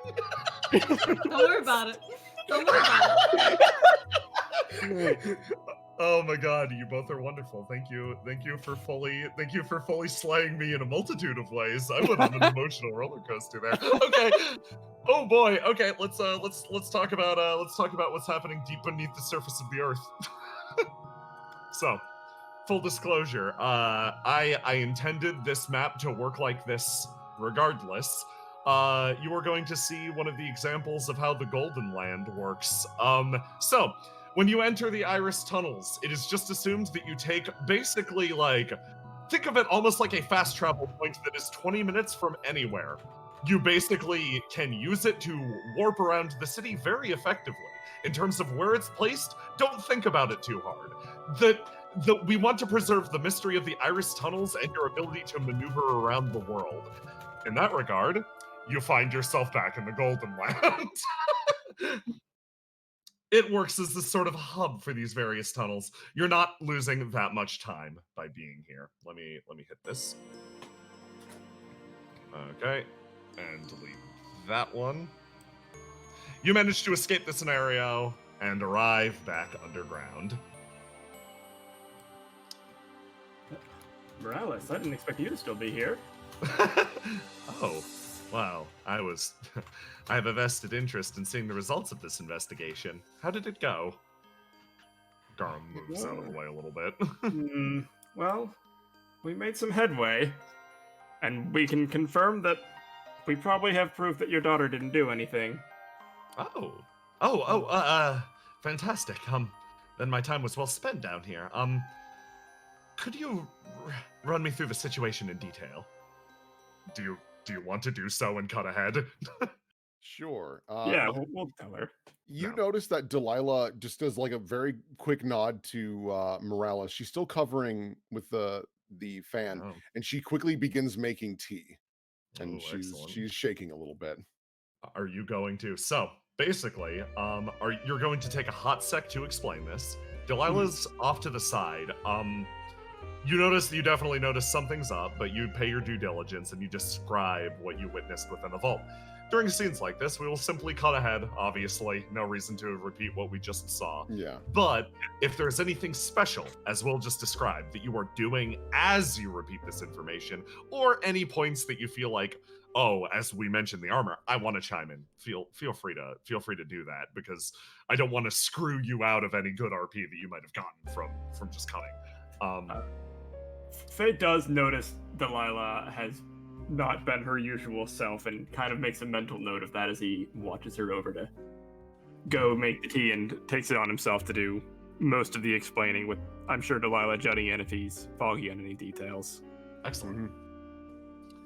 You manage to effectively communicate everything to Morales. It takes you surprisingly little time before she grows visibly excited. It's surprising, but yeah, she starts to actually shake a little bit more, seeming to get more excited. She starts to stand up. Well, in that case, based on your descriptions, I believe we have irrefutable evidence that my daughter couldn't have done it. Simply put, it's a very silly thing to point out, but her head would not fit inside a helmet of that shape. she like looks down, scratches the side of her mask as if aware of how to build a helmet or mask for this type of face shape. She looks down. In that case, I can go speak with Jean Mirage. With any luck, Illyria will be released from captivity tonight. Do you have anything you would like me to pass along to her? Fade thinks for a moment, and looks at Morales and says, well, just tell her that everyone in the Riviera is thinking of her, and we're here if she needs us, and we're here if you need us too, Morales. She seems taken aback by that for a second. And then, you know what? Let's attempt to roll to die for Grandma. Let's see how she's feeling about this. Rolls to die as well. Once you choose your color, your various colors for your attributes are very useful in determining how your character feels at any given moment. So when I do a roll like this, I look at the highest two dice. In this case, Morales' yellow and blue dice are the highest two results, so she's probably aligned with one of those two attributes at this exact moment. So she's gonna lock in her yellow in this case, and she takes a surprising posture. Delilah, it's a funny thing to you. You imagine this as a flight of fancy for a while, but Morales actually hunches her shoulders forward and bows her head slightly.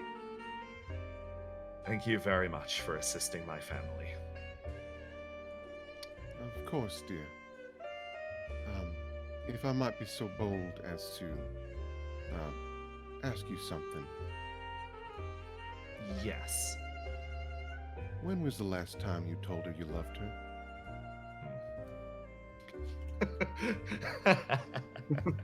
She starts to laugh a little bit. The point of your question is not lost on me. It was relatively recently, but I'm afraid I cheated a little bit.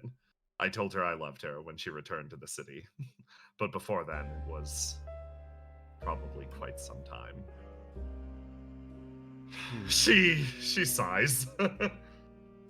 I think it might be wise to make her aware once again. Because I know she's well aware of how much you care for her. But hearing the words, it does mean something. Especially coming from you, who uses the word as if it were a curse.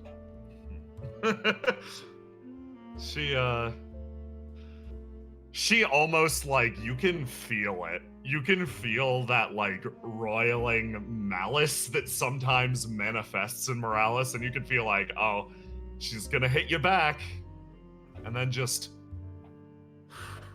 it disperses. This is neither the time nor the place, and you've just done her a fantastic favor. Hey, both of you. I'm gonna throw something together really quick because I gotta mash two of you onto this. Oh. Let me just. Oh. And then we got one more. Oh. And then, sorry, I had to assemble this rather rapidly. Good.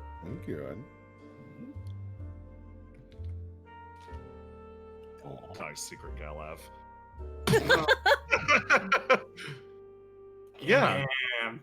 You actually feel your bond increasing with Morales Testudo. It's an odd thing, the fact that it takes a lot to get over these various barriers of professionalism, etc. But yeah, you have managed to get your foot in the door, so to speak, after years of trying. It's been a difficult time, but hell, you've capitalized it and getting closer to your coworkers. She just clicks her tongue a little bit. Very well. I will do so. There's almost a sort of resignation to it.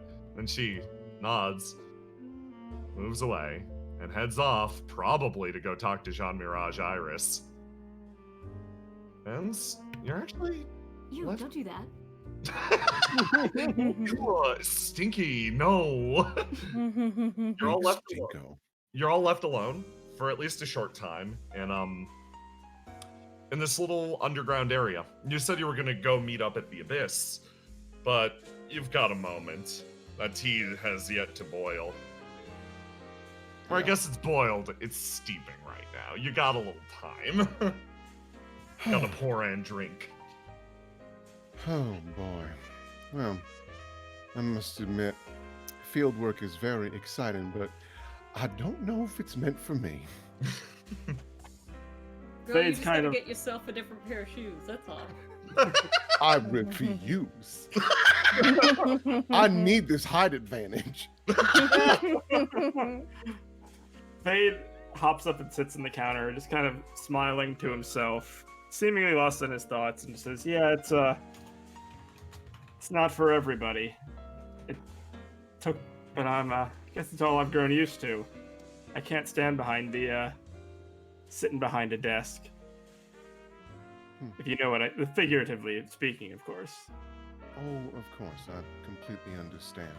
You seem to be a man of action. Well, actions do speak louder than words, as much as I love to talk, of course. Delilah smiles at that, but you notice her back is still turned to you. I couldn't agree more.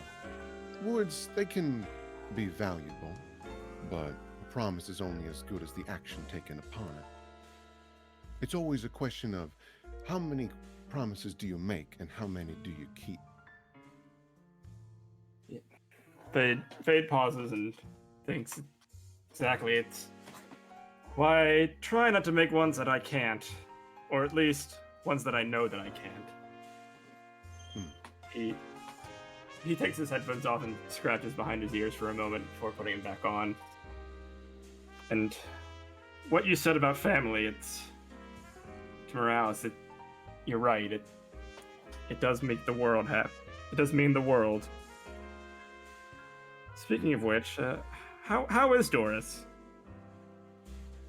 Delilah stops and she's about to turn, but she doesn't, and you can feel a big smile. She's doing real well.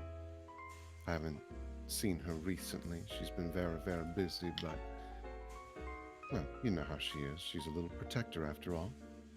Oh yeah, she's a real gem, and I mean that in the most true way possible. Mm-hmm. Well, I'll have to invite her over for dinner sometime and catch up, because Lord knows I ain't gonna catch up with her in these. And you see that Delilah actually just kicks the heels off very nonchalantly. I don't know how you're managing them, but part of the pains of the job, I'm sure. The casualties of fashion, if you will. And she just kind of, you see that she just kind of flexes her toes on the carpet and seems to enjoy the softness of it.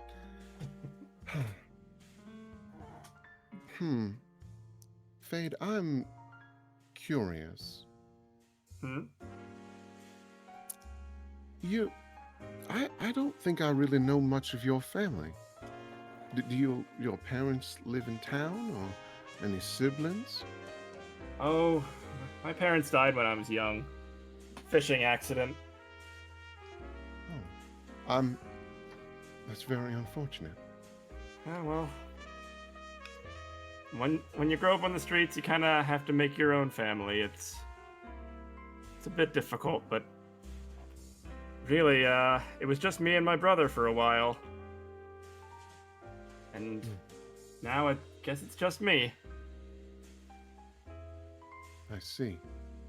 I take it your brother has left? Yeah. He's not around anymore. That's all I really feel like saying right now. I'm not to be secretive, Of course, but dear. No, absolutely, that is totally fine. I was pressing more than I should have. no, it's If you ever do need someone to talk to, I'm always happy to lend an ear. Fade smiles weakly at that and nods to her. Thank you. Really, really, Delilah. It means a lot. Of course, yeah.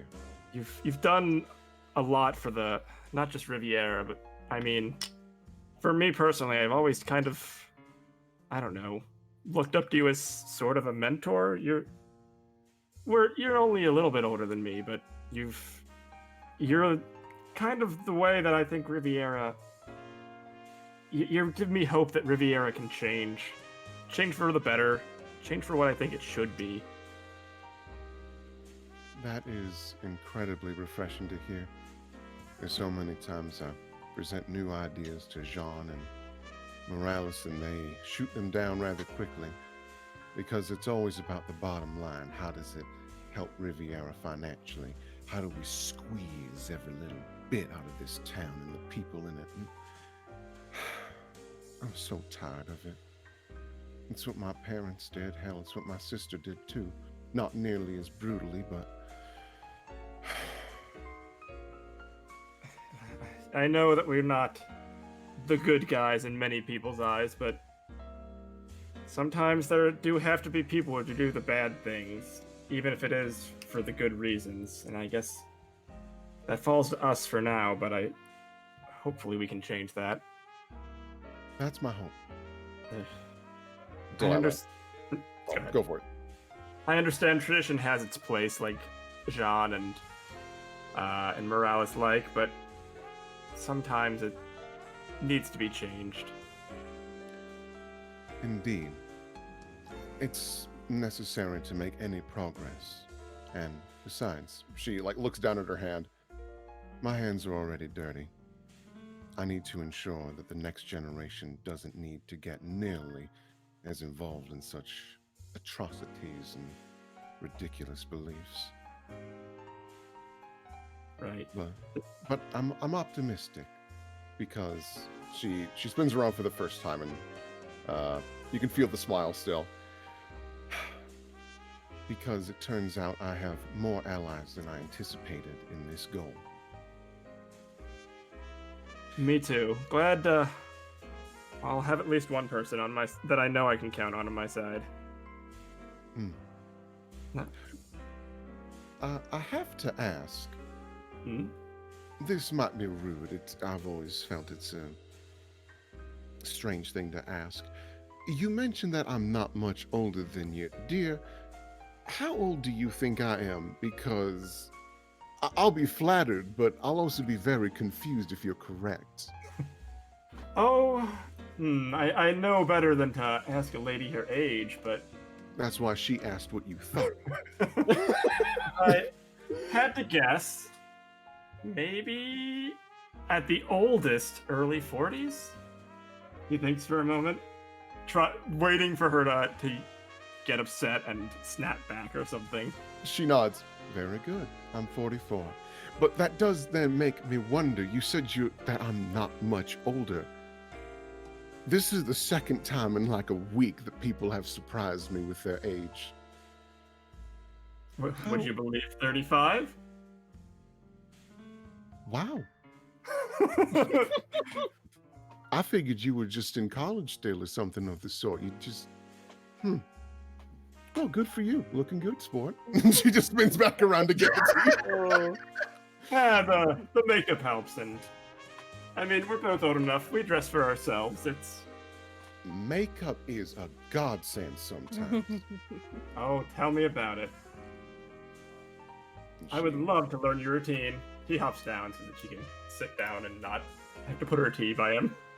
I don't think you could mimic it, dear. And she lightly sets the tea down.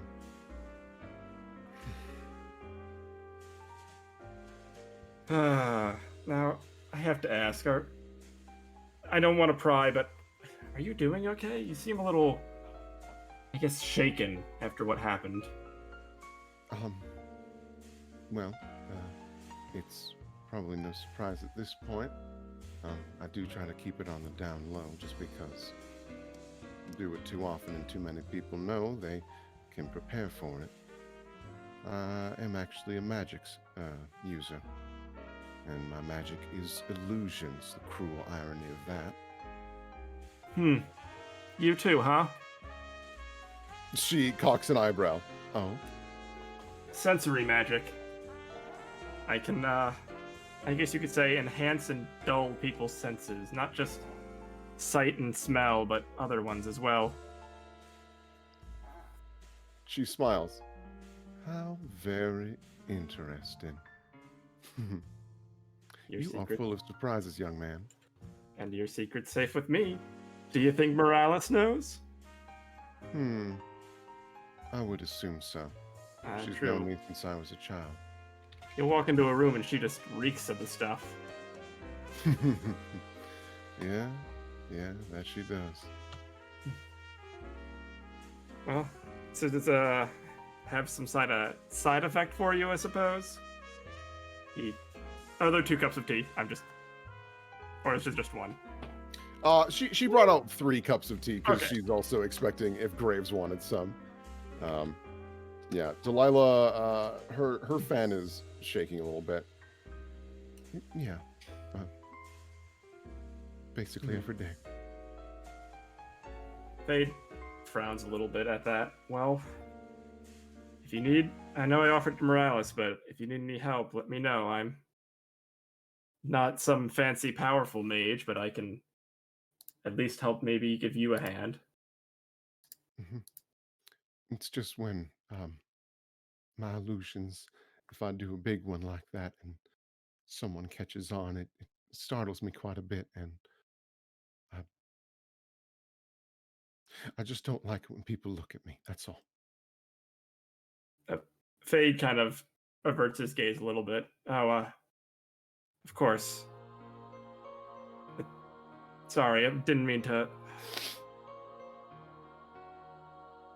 He's kind of at a loss for words, and doesn't want to pry anymore and make her even more uncomfortable. He just kind of stares into his tea and swirls it, sipping occasionally.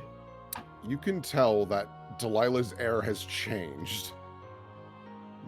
She has a very furrowed brow and takes a very deep breath. It's quite all right, dear. Just please avoid apologies.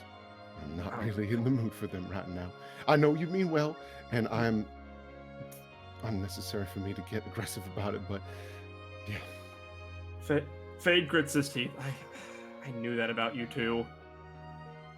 He almost says it again, but holds his tongue. Right. Well, like I said, the offer to help is there if you need it. And anything I can do to help make you more comfortable is... I'll try my best. Right back at you, dear. The only way we're gonna get through this is if we work together. Riviera working together? What's that? Well, working together besides out of... Right now, Riviera's problem is the reason they work together is they all know there's a gun under the table. The only problem is now everyone realizes all the guns are unloaded and somebody else has them. Worse yet, we don't know who precisely. But it does make me wonder. She looks at Fade. What happens if I get all 3 guns? Fade cracks a smile.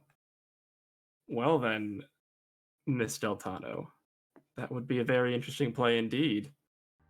How do you even hold 3 guns? You've only got 2 hands. Why you ask for help, obviously.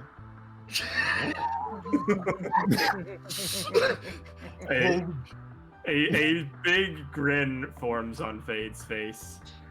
Help indeed.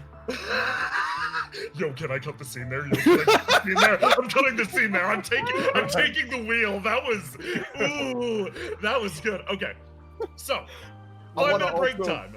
Yeah, I'm hoping that as that conversation was going on, Fade would be smart enough to lower our volume while talking from Graves. Oh, of course. You're 5 feet away from Yeah. He's just gonna hold out his hands what the fuck, man? Do I get a gun? No? Okay. No. Fine, I'll just throw a bullet really hard. So, everyone, let's take 5 right here, right now.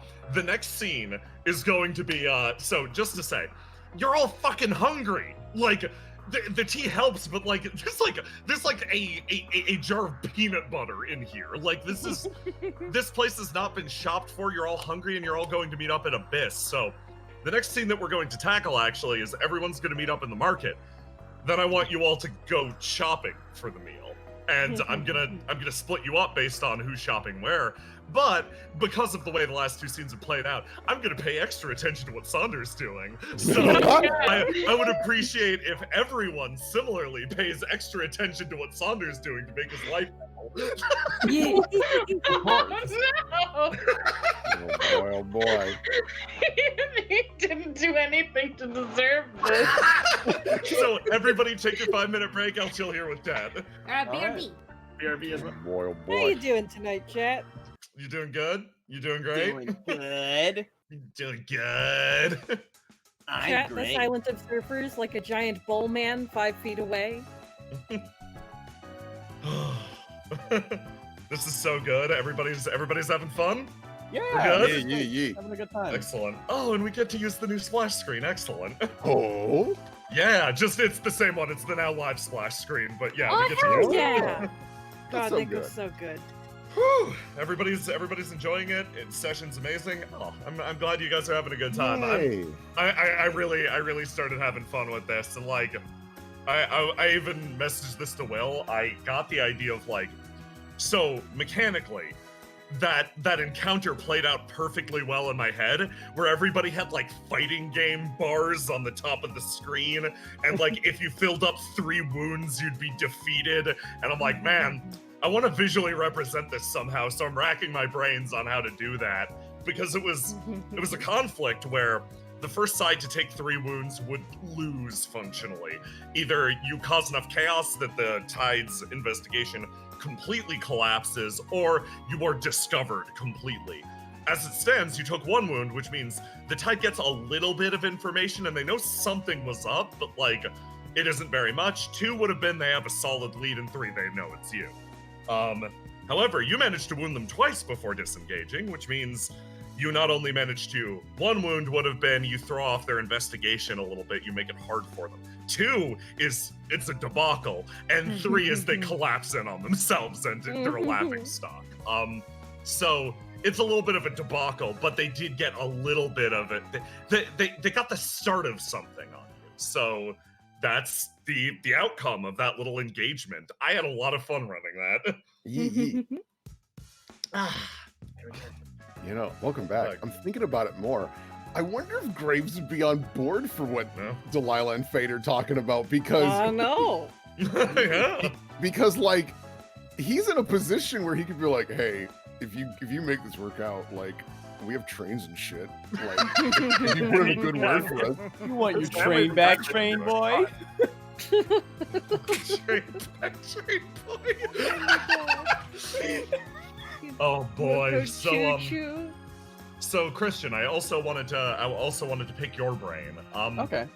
Because I'm wondering now that you have enough evidence to clear Illyria, how much that is the forthcoming concern on Teach's mind. I think it's that thing where it's very high up there.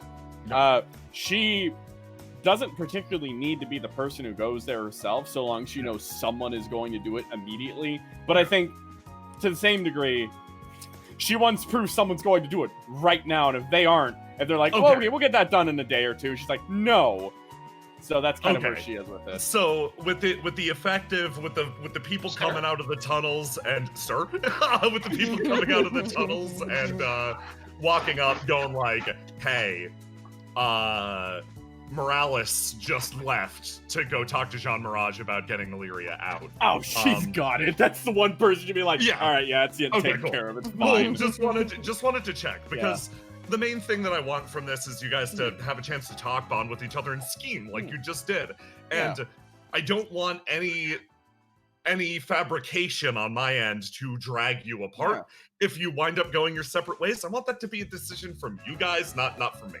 So basically, we're gonna pick up in the market. Everyone's gonna get together. I'm gonna split everyone up, probably arbitrarily. And I'll ask who's going where, and we'll take the scene from there. Then it'll be time to have a nice meal. Yeah. I'm back. Welcome back, Sir. Sir. You're in my way, sir. Sir. All right, boys, it's been fun. Hunk? Sir. Bob. Okay. Bob? See, Sonder, hunk? Bob? Where else will throw there after? Let me move you guys to a different loading screen as I start to set up the map, and then I'll do a big check-in for everyone. But I gotta make sure you're all there, obviously.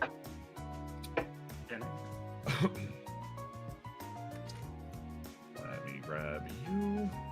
You'll Bijou and Teacher sort of leaving the docks. You guys emerge from a sewer grate. And Sonder has successfully disengaged himself from... Sonder is walking down the street like a normal person. Yeah. Like nothing happened. Are we going to see the hit show Wander with Sonder? Yes. Over Sonder. Over Sonder. Hey. Okay. Baby. Now it's time to check in. Everybody give me a plus sign if you're back.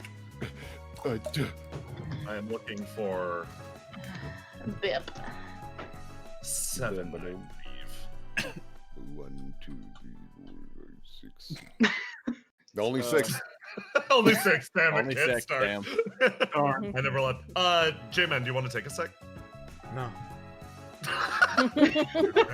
Okay. All right, Jimbo. So, basically, here's what happens. You wind up splitting up a little bit, and you know what? This is funny enough.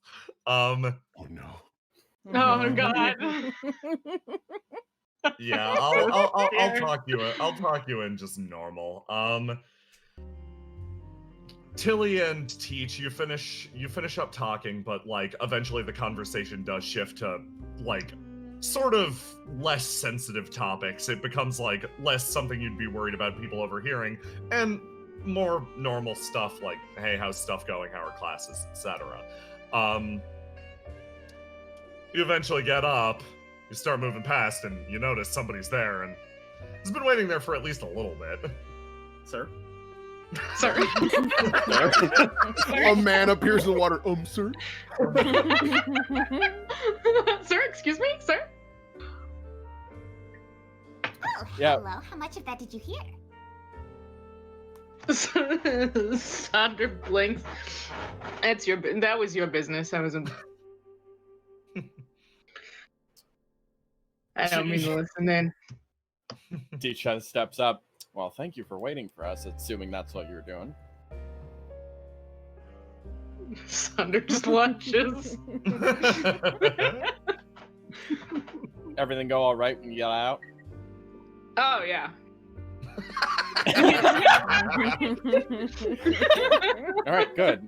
Well, okay, so I've never been to Abyss before. I've only heard about it. Either of you been before? Oh, yes. Oh, Yeah. okay.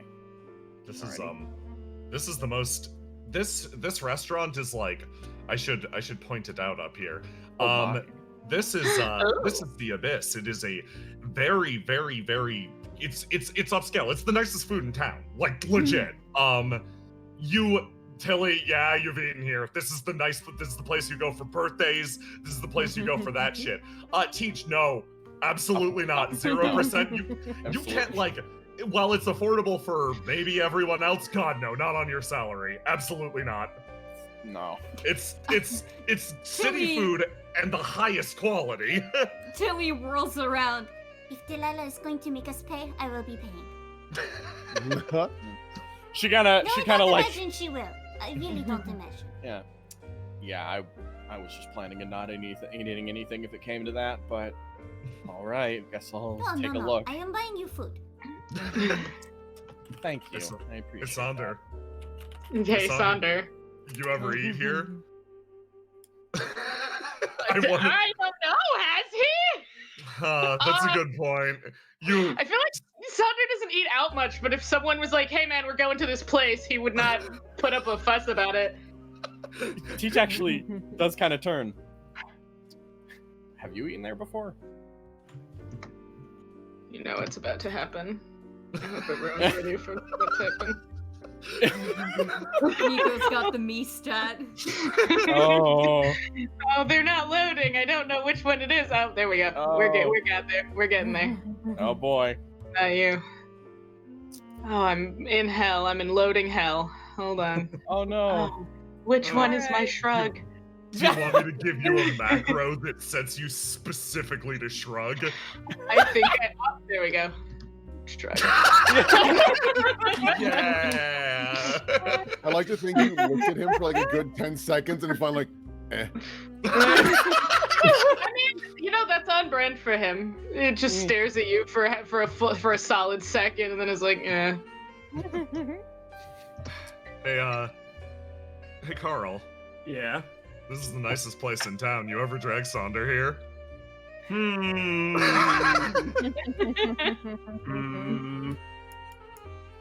No, probably not. Okay, not even for your birthday? Okay, that's fine. Well, I You, don't know if I've known Sonder oh, long shit. enough to invite him to my birthday. That's a good point. I don't You, think so. You clear that, and 3 people wander up behind you. Graves in the back. Sunder briefly acknowledges them and carries on. Graves, you don't have to walk so far behind. He just makes eye Graves? contact and nods and moves up to your side. Graves is like 1,000 miles tall. If he doesn't purposefully stay behind, he will overtake everyone in seconds. But what if we need some shade? What if we need it? Yeah, Graves. Wow. You all rejoin with each other, and I want to describe this scenario to you really briefly. This is the time of night that a lot of you are used to. The market's here, day by day. Just to give you a little flashback to what this looks like during the day, you'll notice that a multitude of stalls are set up selling this and that. Die, Noctua. Noctua is murdered. And at night, they all obviously like pack up. So coming to the market at the end of the day is actually where you find a lot of the stuff that is sort of left over that they don't want to pack and retransport out of the city. You wind up getting really good deals on stuff. Of course, it's been sitting out all day, but if you find the right cart, you know to talk to the right people, you can get that really good shit. And, Delilah, this is actually something that you're quite familiar with. And I believe, if I'm not mistaken, your plan isn't to just take them to your restaurant, is it? You got a little bit more planned, right? Well, I thought it might be fun, if I'm so bold to make an assumption, it might be fun if we did a little shopping, and I'll cook you whatever you like. Spade Tail switches happily. Ooh, a secret menu. Teach turns around as well. Well, home cooked meal or meal that takes its time. Something made with prep is always better than just something you get at a restaurant, no matter how good. So, yeah. You also made all that food at the party, right? I did. Well, that was very delicious, so that would be wonderful. Oh, that's wonderful to hear. Yes, anything you like. You go on ahead and grab it, bring it on back to the Abyss, and I will cook it personally for all y'all. And obviously, I'm more than willing to cover the charges. And Delilah pulls out like a little purse, and she just pulls out this large wad of vol and just smiles. Teach kind of like, actually, just, if it's all right with you, just, you're really good at catering meals based off appearances. Just, would it be all right to get a special meal, pick it yourself? From me? Yeah. I like that drink you picked out. That's wonderful to hear, dear. Yes, I'd be honored to do that. I Excellent. must warn you, I lean very heavily into comfort food. Well, that's all right. Could use a little comfort food. That'd be nice. Good end of the day. Excellent. Well, I think it might be wise to divide and conquer, as they say. So, what are we thinking? I have no clue. I don't know what I would shop for. You know, Would you like- she has no clue what she would shop for. Would you like a I hand, bought 1 potato, 3 celeries, a can of beans. You went shopping with Prismane once, and that was honestly the most embarrassed you have ever seen your brother. You both came back with a combination of things that cannot be cooked together or combined in any appreciable way. And she made him cook it. Tiny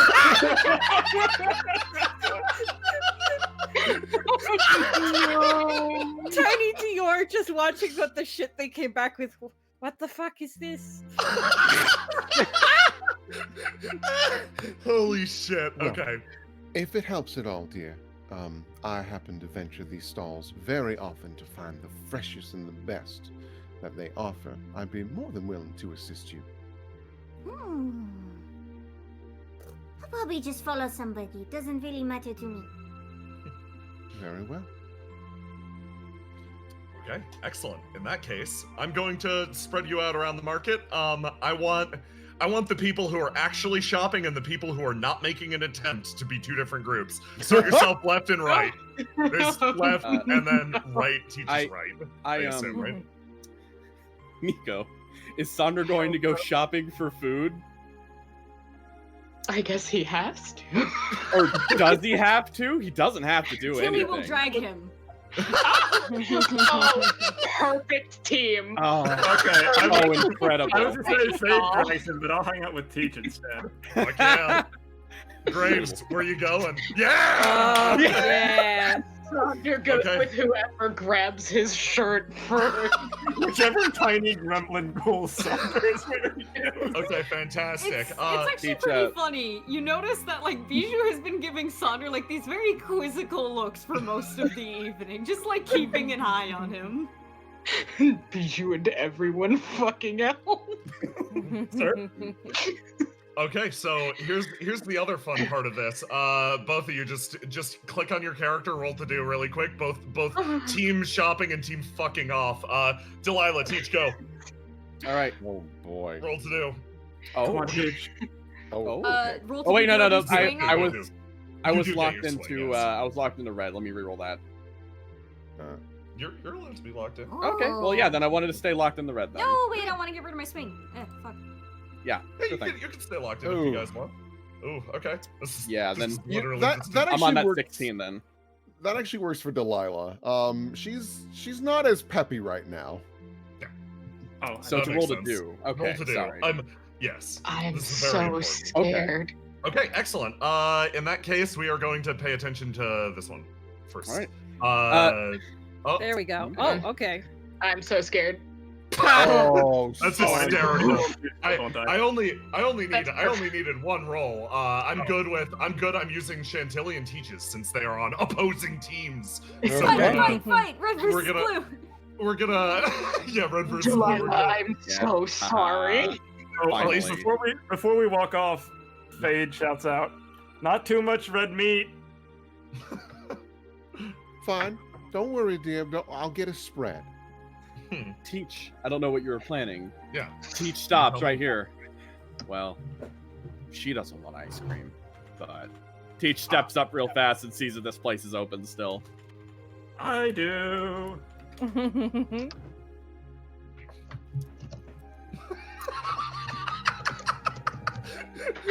It's what I do.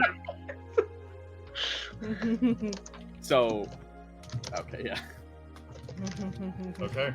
Do you roll up and order ice creams and sit and Yes. watch? Okay. We do. Fade pays. Oh, Oh. excellent. Okay. Right, okay. Graves So- actually pays for his own unless you insist. Fade just don't insist on paying for it. You have a. They have like strawberry chunks in this. That would be cool. They do. They have- Yeah. They do Okay, indeed. cool. Nice. She gets that, and she moves on over and sits down on a bench over here.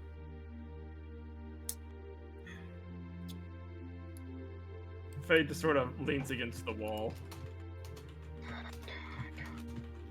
Mm, How you holding up, Martha? all right. How are you? Get banged up? No, I'm fine. That illusion worked very well, and I guess so did your distraction. Guess so. She just takes a look of it. And then just silently starts eating ice cream. You know, you're no fun when you frown like that. Yeah! Get You're either gonna get her and get thrown in the ocean. I am okay with either result. Okay. She keeps eating the ice cream. I'm sure Illyria wouldn't like to see you frowning like that either. You know, I'm pretty sure you're the entertainer, not me. Even entertainers need to be entertained. Go buy a ticket or something. Shit. Jeez. Who spat in your ice cream? Graves Mm. fucking pauses before resuming his own. It's like, really? Oh. Really, buddy? She just kind of looks over at him a bit. I don't know. Just a little bit. You seem to want to be getting a rise out of me right now, and I'm just not having it. Simple as that. I'm not trying to get a rise out of you, Teach. I'm trying to get a smile. Is that so much to ask? You've been frowning this entire time. Yeah, it is a little much to ask. Just leave me alone. Yeesh. That's one of the first times I've ever heard that. Oh, damn, Fade. I know. Fucking when that says, you hear that guy across from you go, damn.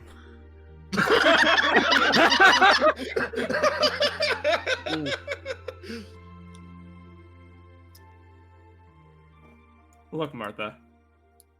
Everyone has hard times. You know this, I know this, but... God, do you have to take it all so seriously all the time? She turns over to him. I'm just a little tired of people butting in and telling me how I should feel. If you want to get a smile from me, maybe just tell a joke or something. I mean, look at me, I'm a walking joke. Oh. She just kind of raises an eyebrow at him and just like takes a look. Well, I guess I don't get it then. Oh! Fade looks like you just punched him in the gut and pretends to spit all over him, just pratfall and dies. Fade, can you roll to die for me really quick? Oh my god. These motherfuckers, they're like, we don't want to go shopping. Hey, who can punch themselves in the face the hardest? Damn, that's a pretty good roll. With that Club minus over 4, there. Club. so that's still a 15 for you with the penalty considered. Teach, do me a favor. Give me that good roll to do to verbally punch. Okay. Ow. Yeah, no, Fade. God. All of that absolutely happens, and you take a substantial amount of actual damage from that. You're like, oh, ow. Fine. I know when I'm not needed. Fade wanders off and sits at the pier. He sits over, but he still peeks his head over and kind of stares back at Teach. I love you so much. God Oh, damn it. shit. Teach in her head is just like, are you seriously trying to do this right now? Just fucking around in the corner. Oh my god. You really are a cat. As Fade walks away, Teach, you see Graves like slightly relax for the first time since you've encountered him. Yeah. And then Fade God. just peeks eye around and Graves just goes back to stone. She kind of turns over and looks at him. You don't gotta be so afraid of him. He's literally He all ju- bark. He turns and he makes eye contact with you. I am not afraid of that man. Why are you standing up so stiff then whenever he talks to you? And he sort of raises an eyebrow. Perhaps you haven't noticed the company we're keeping.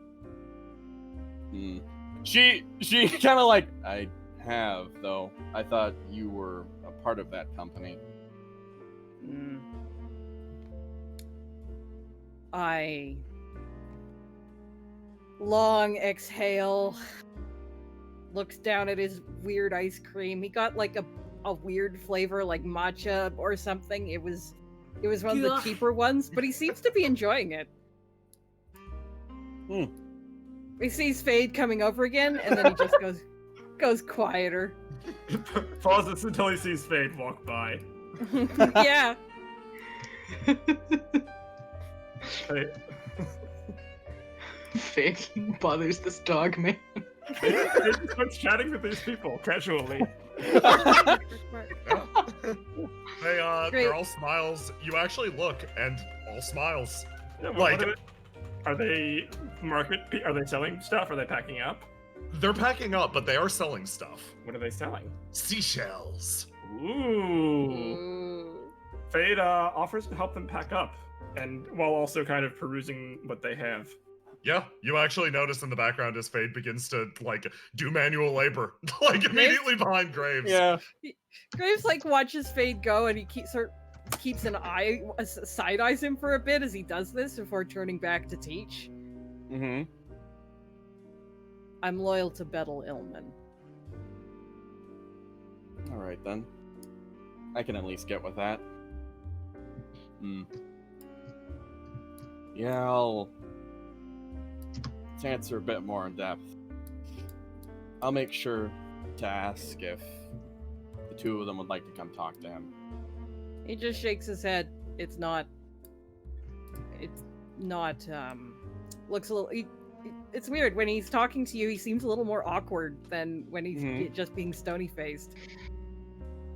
It's not necessary. It's not necessary, but I think they actually want to, so it should be fine. That would be welcome. Again, it's just all about that company you guys keep. Again, he looks. You see him side-eyeing, watching Fade out of one eye. Fade's just looking through the seashells. Are there any that are particularly interesting? Rolling for some seashells real quick. Seashells. Come on.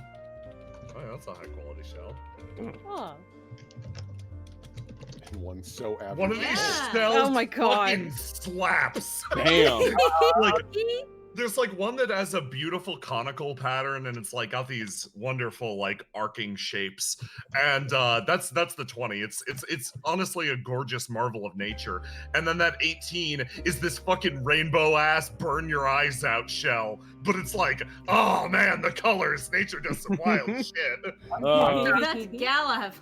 Fade buys the rainbow eyesore shell and Of also course. the really nice 21. Excellent. You get 2 seashells. Hey.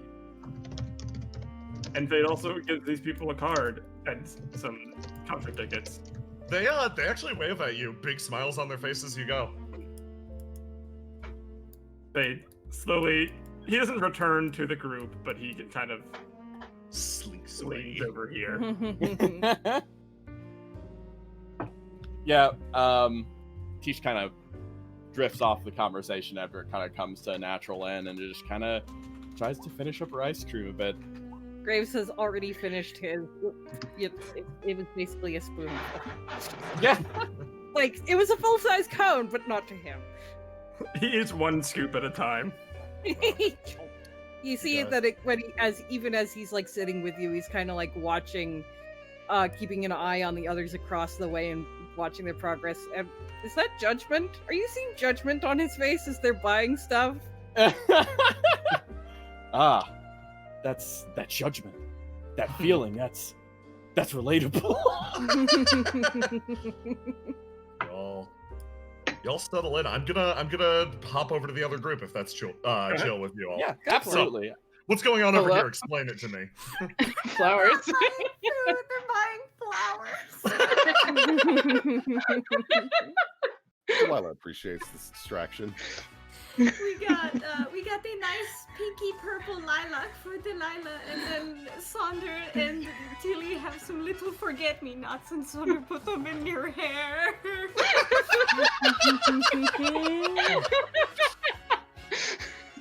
They've been fucking around. These are lovely, dear. Thank you.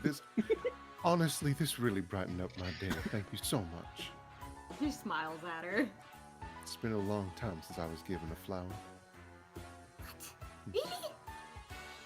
Oh, You seem yes, like the dear. kind of person who will get flowers all the time from admirers. That you must be mistaking me for someone else. Love isn't something I'm very good at. Doesn't need to be romantic love.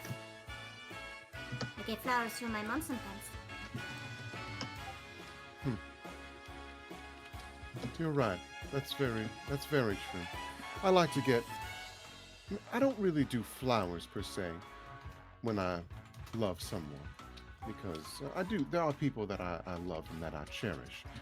But for me, what I do instead is I make them some grandiose treat, whatever it may be. Oh, Instead of a bouquet of flowers, sometimes it's a Philly cheesesteak, which is a little silly, but makes them smile, so I guess it's a success. silly. Now, let's see here. I am curious, Tilly. Normally there's a reason to pick a flower like a forget-me-not. So, Oh, I thought there was more to that. You were waiting for me. They're small and they're cute. Delilah has a very warm smile, and that is enough. What about If you, you want to Sonda? read into it, that is up to you. I don't think there's much reason to, but then that does make me question. Do you think the same, Sonda? And she just like gives you a little hip check. Oh my God. Sander is not budged. Well, how does he? How does Tiny he woman. It's more like in the knee. He looks down at the flowers and he slow blink. They're small and they're cute. He gets it. And as I said before, that's more than enough. You check the Flowers are nice, but fucker. they are not food, and I feel like we've been wasting time. I don't think I would describe this as a waste of time, because this has brightened everyone's day. So I think this was a lovely idea. Besides, we can have these set up on the table. Make it real special for everyone. Oh, Now, Food Tilly, up and to the left. Now, here's the thing. I need to pick for Martha, and I don't believe Fade gave me any direct... Why isn't he sitting with them? Oh my god, they have an argument. You look over. These two are talking. Oh man. he's just up to his usual tricks. Back over here. Really? You must know Fade pretty well then, if you can describe it as usual tricks. Oh, you know, he's that type of person always socializing with anybody who he meets. He's an entertainer after all. I'm well aware. He actually gave me some tickets to go to one of his shows just before Veils. It was not exactly my type of music, but I must say I had a wonderful time all the same. After my ear stopped ringing, it was very loud. Sander I nods. suppose it's definitely different than the tickets that my sister has given for for her shows before. Indeed. Not many people like those. Well, I wouldn't just. They are unique. They stand out, and they are quite memorable. No, certainly they are. It is not. It's less a problem of. She can sing normally. She really can, and it sounds great. But instead, they insist on singing with all of these silly instruments and the weird. I don't. Sonder, have you ever heard of any of the Eurasian instruments? Probably not. No, he They shakes his probably head. talked to him about him, but if he has listened, no. Yeah, did he internalize specifically different varieties of cross-country musical instruments? That would depend on the depth This of the is conversation. the equivalent of finding out somebody in modern day still uses hurdy-gurdies. With a similar noise. I'm going to assume that was not a very in-depth conversation, considering the sort of thing Fade plays. Mhm. He was probably talking at you, and you were not while you were working. Oh. Yeah, he gives you the little, like, shaky hand, like the kinda. Fade has Okay. babbled at him about it. Well, they're like. It's like an entire subset of like usual instruments, but they are made with different sorts of materials. A lot of it's like. A lot of it is made of like. Whale bones and like. I keep forgetting. I think some of it is like some kind of. It's a lot of it is made from different parts of the whale. I think some part of it, of one of the string instruments, is like the baleen from the whale or something. Anyway, it sounds terrible to people who don't have like the ears for it, but like I've grown used to it. It is genuinely fascinating how they develop those instruments, but unfortunately, the sound and maybe it's an acquired taste, like you say. Let's see here. Alrighty. Good evening, sir. I wanna, like, just to cut ahead through the experience of chatting with an NPC. Yeah. I'm going to say, tell me what you are more or less interested in buying at this point. Like, you move through and you get it. What would Delilah buy to impress Teach? So Delilah's probably gonna make 2 big dishes that like anyone can grab from in particular, and then do like little special ones for each person if they so want them. She is going to do a pot roast with potatoes and carrots.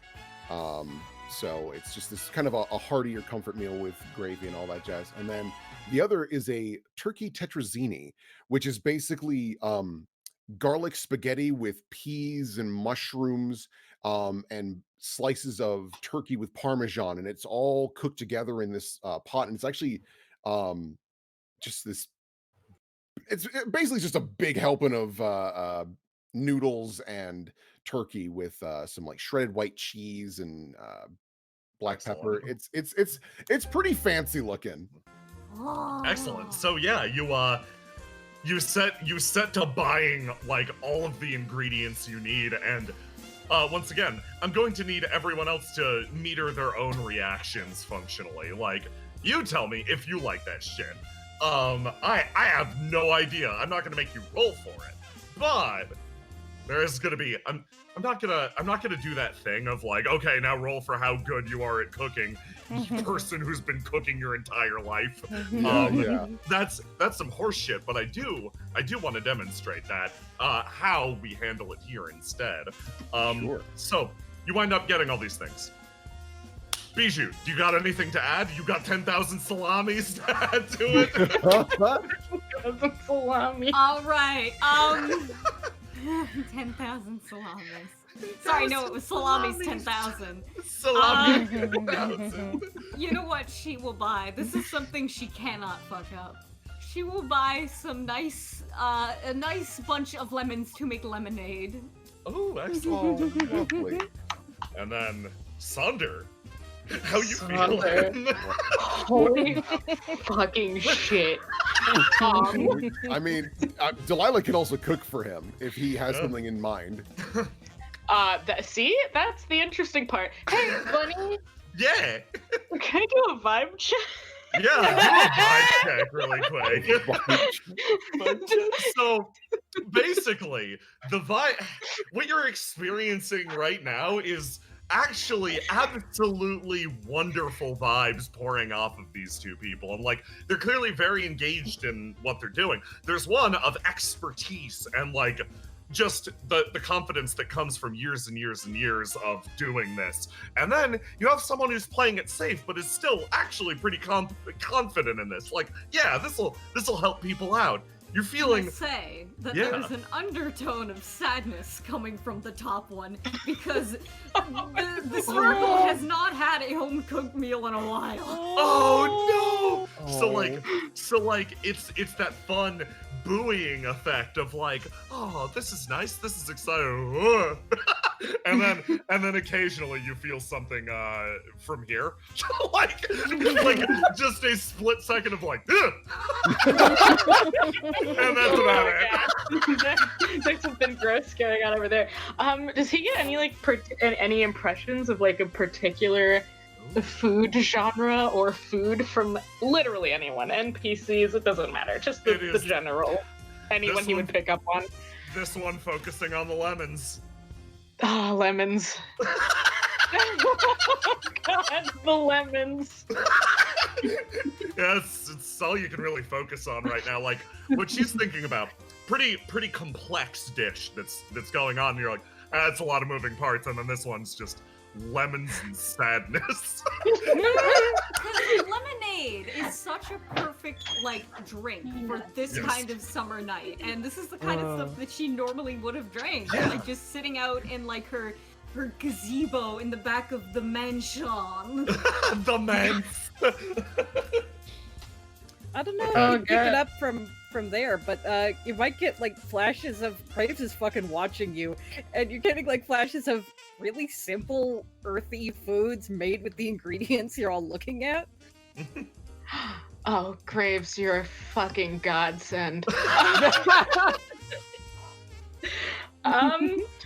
He'll go with he's gonna fucking hone in on Graves over there, who is watching. Yeah. And he's gonna go for like a simple like beef and potatoes kind of stew. Oh, Yeah. nice. You can get stuff You for get that. like you get like little picking up little tips on spices that'll bring out like it's a humble flavor, but it tastes nice. Yeah. Thank you, Graves. You big sweet man, because it was gonna be more lemons in a second. Listen, man, you got that lemon zest on some food, it does great. It does great. It does work. I was like, man, how do I combine comfort food and lemons? And then Graves I like food. It's like, all right, good. Oh, It's like, beautiful. hey, squeeze some lemon over the roast and blah blah blah blah blah. Holy shit. Oh my god. Yeah, so you wind up ordering and getting your various dishes. Is everyone comfortable if I cut ahead to the restaurant? Yeah. Yeah. Okay. I'm just gonna keep things moving forwards. Fade. Me. You're talking to Cascade. I am. Fade. You get Cascade's number. Yeah! I was gonna say, before we cut to the restaurant, can I give Cascade my number? No, His you get. usual tricks. So when you walk into the restaurant, you walk with a very proud stride. Oh my god. You win some, you lose some, you know? Fade walks in with a smile. See, is it that hard? Exactly. Oh See my what god. happens when you just smile and are pleasant, Martha? You get a dog's number. You come into the abyss. It's this. Let me change the fucking music. This one is good, but I think the Bayo theme. Yeah, you come into the abyss. It's this. Well, describe it for me really quick. Yeah, no. So the first thing that you notice is that the abyss is like really dark. Mood lighting taken to the next level. However, the walls are lined with these beautiful aquariums that actually provide this like slowly moving watery blue light that is shifted with shadow from various fish or other aquatic creatures that swim on by or crawl on by, if it's lobsters and crabs. And it's really chill. It's like very quiet conversation, a couple of loud outbursts of laughter, but it is meant to just relax. Excellent. So yeah, you come in, and this place it's the end of the day. It's packed. You can you manage to navigate yourselves around a little bit at a time. It's one of those restaurants that despite being extremely fancy, it is actually pretty tight. I don't know if you've ever been in a place where it's we gotta add more fucking tables, to the point where there's barely any place to move by, but people seem to love it. Graves, I'm so sorry. I'm so sorry, my dude. Lemons and sadness for Graves. And you got We'll go through. Graves wait, fucking... hold on. Did Fade grab Teach on the way? No, he just gets out of her way. Oh, he gets out of the way. Okay, that's the exact opposite. Yes. he grabs Graves' hand and kind of guides him through the tables. Yeah, Graves is hanging back Graves this time. has You the can tell. sidle sideways. Yeah, because he's desperately trying to not disturb and bundle And past going to say, everyone. excuse us, pardon us. It's like walking through a movie theater for Graves. They raise a toast to you. Hey, boss! Excuse me. He gives them a wink and finger guns at them. Yeah. You notice that as Delilah went through, she raised her fan and she kind of picked up the pace a bit. And then once she gets through all that, she takes a deep breath and just collects herself. We're almost there, dears. I realize it's a bit crowded, and it's unfortunate, but don't worry, we're nearly there. Especially you, Graves. Don't you fret. Just Graves suffers. awkward silence. Fade pats Graves' head. He can't reach. I jump and grab your horns and pull myself up and pat your head. There's some fucking shocked silence. What job does this 10-year-old have to be in the abyss? Like, they're welcome if they can pay the bill, but I'm just shocked.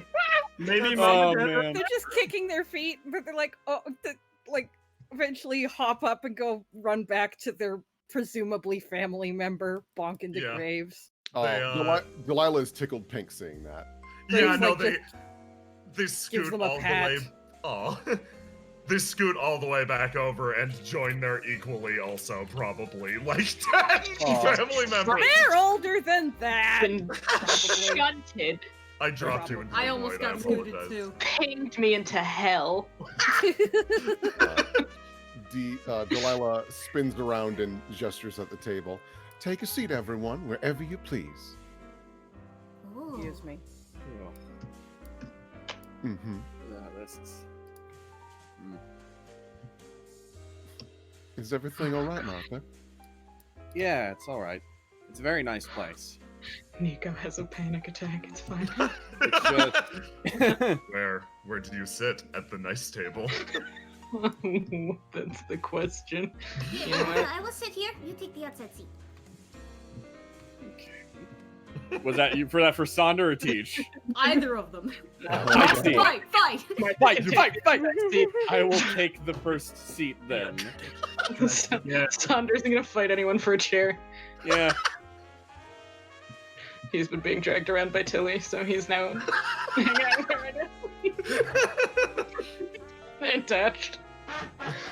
Scrape. Yeah. Scrape. Scrape. There you go. Awkwardly sits in this chair just to not bustle into the people next to him. Right. Delilah just smiles at Grace. Happy to have you at the table, sir. Nods. Again, it's a little bit awkward. So, and then I assume Yeah. Delilah gets up and goes and cooks. Yeah, you guys are waited on, etc. Like you get the bread, you get the wine if you want it, you get the cheese, you get all that nice stuff. But who's going to the kitchen? Is it just Delilah? I think it is. Maybe. I'll go with, Yeah. well, I've already had a scene with Delilah, so I mean, I can go. Yeah, okay. but- So here's what we'll do. I want everybody together, so we will just cut the small talk. You go back, you cook, whoever is in the kitchen cooks, comes back, serves the meal, and then you all can sit together and eat it. Yeah, Mhm. so Sounds Faye goes good. back with you and just helps you like prep stuff. Yeah, That makes sense. and she greatly appreciates that. Excellent. In that yeah. case, Tilly Dinner sets is the served. table. Graves also Delilah, helps with that. Delilah sees that. I greatly appreciate the assistance. People underappreciate how much value there is to setting up the table to look so nice, and you folks did a lovely job. This looks She divine. got the wrong forks. Graves did not. Delilah doesn't care. The fact that you took the initiative to do that, she is pleased. You got the gist of it down. It's fine. You Tilly see Graves tried. quietly putting them in the bright order when no one's looking. Yeah, Delilah notices, like, I see we forgot the salad fork, and honestly, that's probably for the best, because, one, I don't think we're going to have much salad, and two, who the hell needs a salad fork? It's a fork. Fair enough. Well, I hope y'all enjoy this. I've also prepared, you do notice that in the center of the table, there is also like 2 burgers and fries, just in case. So, in this case, Delilah, you have definitely succeeded in cooking this meal. Like, there's no doubt about it. What I want to know from you more is more like, you've been working all day. You've been trying really hard. I want you to roll to die for me instead, to see really how the meal came out, how you feel about the meal, not how good it is, because that's what matters here. Okay? Oh, no. No, that's W. not because that one's wounded. So, Delilah, you set about to working on this, and like, you can feel something's definitely off from the day as a whole. Your wound, obviously. Like, something went a little wrong and you're not operating at top capacity. That being said, you actually manage to, while you're acutely aware of this fact, and you can feel this this part of yourself that isn't quite clicking right now, you actually managed to make the meal just fine. Like, it would have really taken a lot in order for you to mess up at this point. And while you were certainly not on the top of your game, you still feel pretty accomplished with it. So you come back and you serve everything out, and you're aware, but you know this is a good meal. Yeah. Delilah looks around the table, and she sees that there's a lot of different vibes, and she just kind of. So we were able to eat the meal then? Oh no, you haven't dug in yet. Oh, okay, gotcha. Just checking. This is pre-digging in.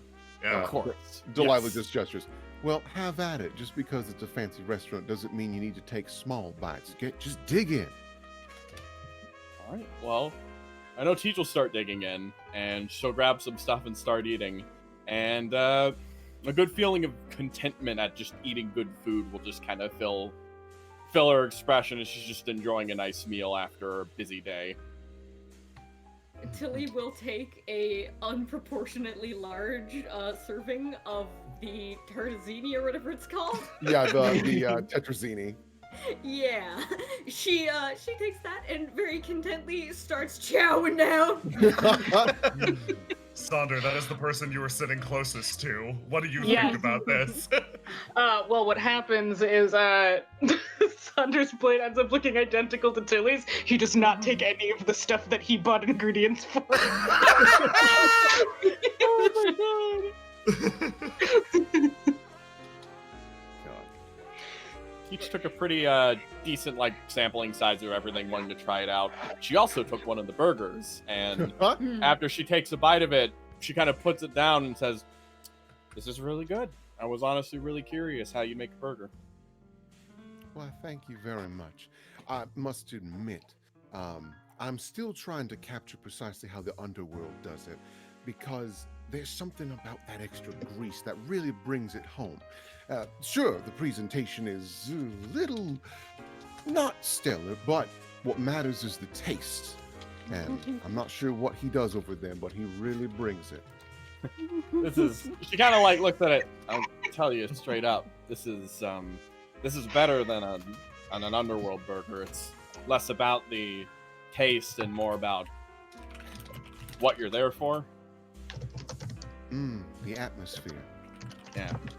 The style of the burger. You go to Underworld when you want to eat a lot for what you're buying, and you want a good flavor for it. It's the best of its weight class, I suppose, but a lot like boxing, I guess. If this is outside of that weight class entirely. So if you're doing fine with it.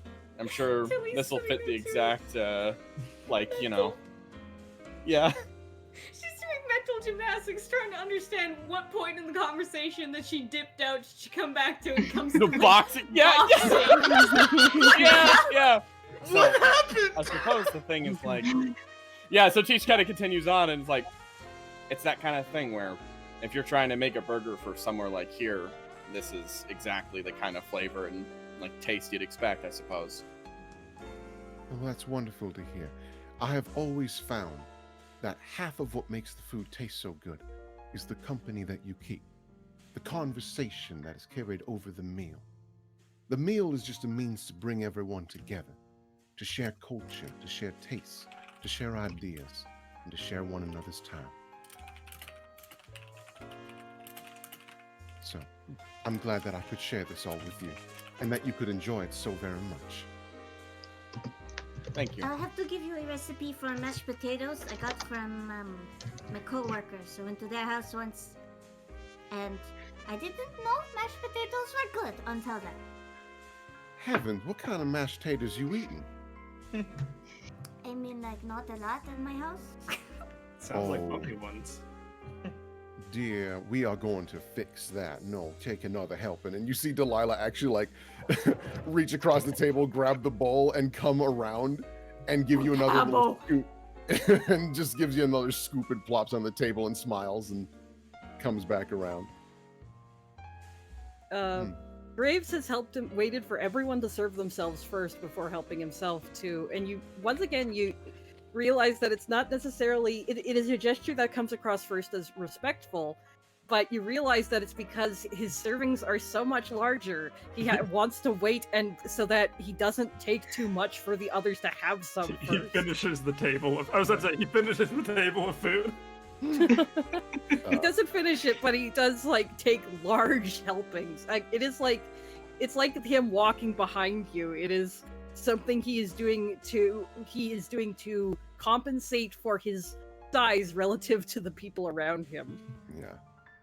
You see Delilah actually looks over and doesn't want to draw attention to it, but she like gives you a very warm nod of like, yeah, keep going. He finishes his servings, but actually the stuff that Sonder picked the ingredients for, he actually like seems to be approving of and takes a second serving. Sonder helped. Yeah. Oh dear. Oh yeah, Fade, you were gonna say something? It just takes a few little bites of the chicken tetrazzini, and he also made a small, like, very light salad to go with it, and he's been eating that as well. Using some of the lemons or dressing that you brought. Lemons. I'm so glad the lemons are being used.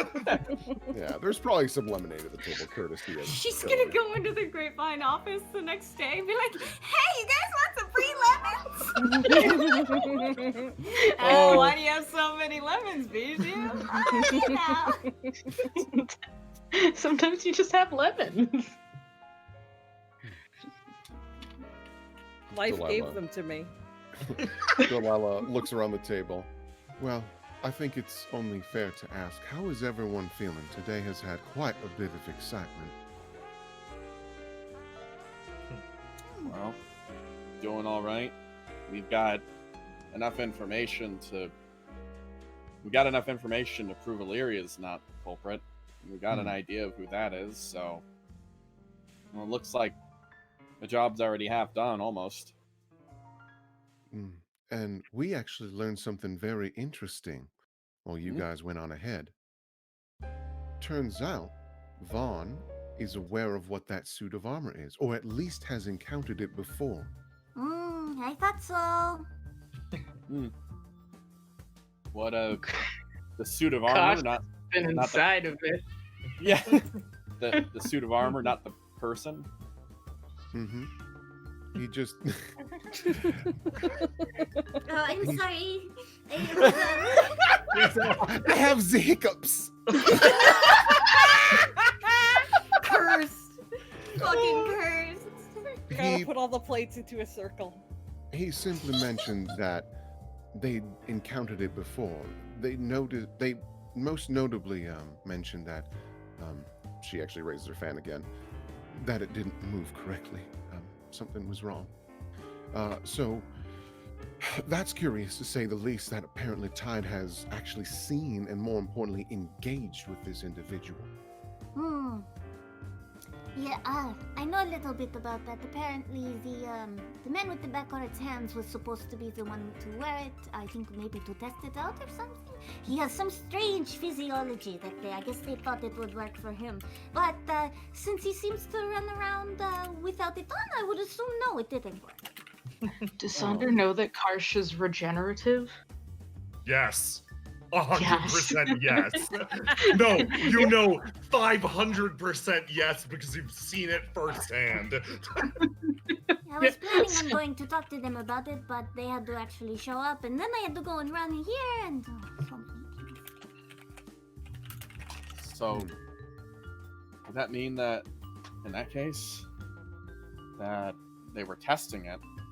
I just assumed it was, well, look, Zyvosi. I assumed it would be a champion. He had an axe. It might still be that, but why would they have had that armor? Kind of above me. I figured if anyone here, I don't know too much about the Tide, or especially with their current goings on. What about you? Do you know anything about them, Sonder? God.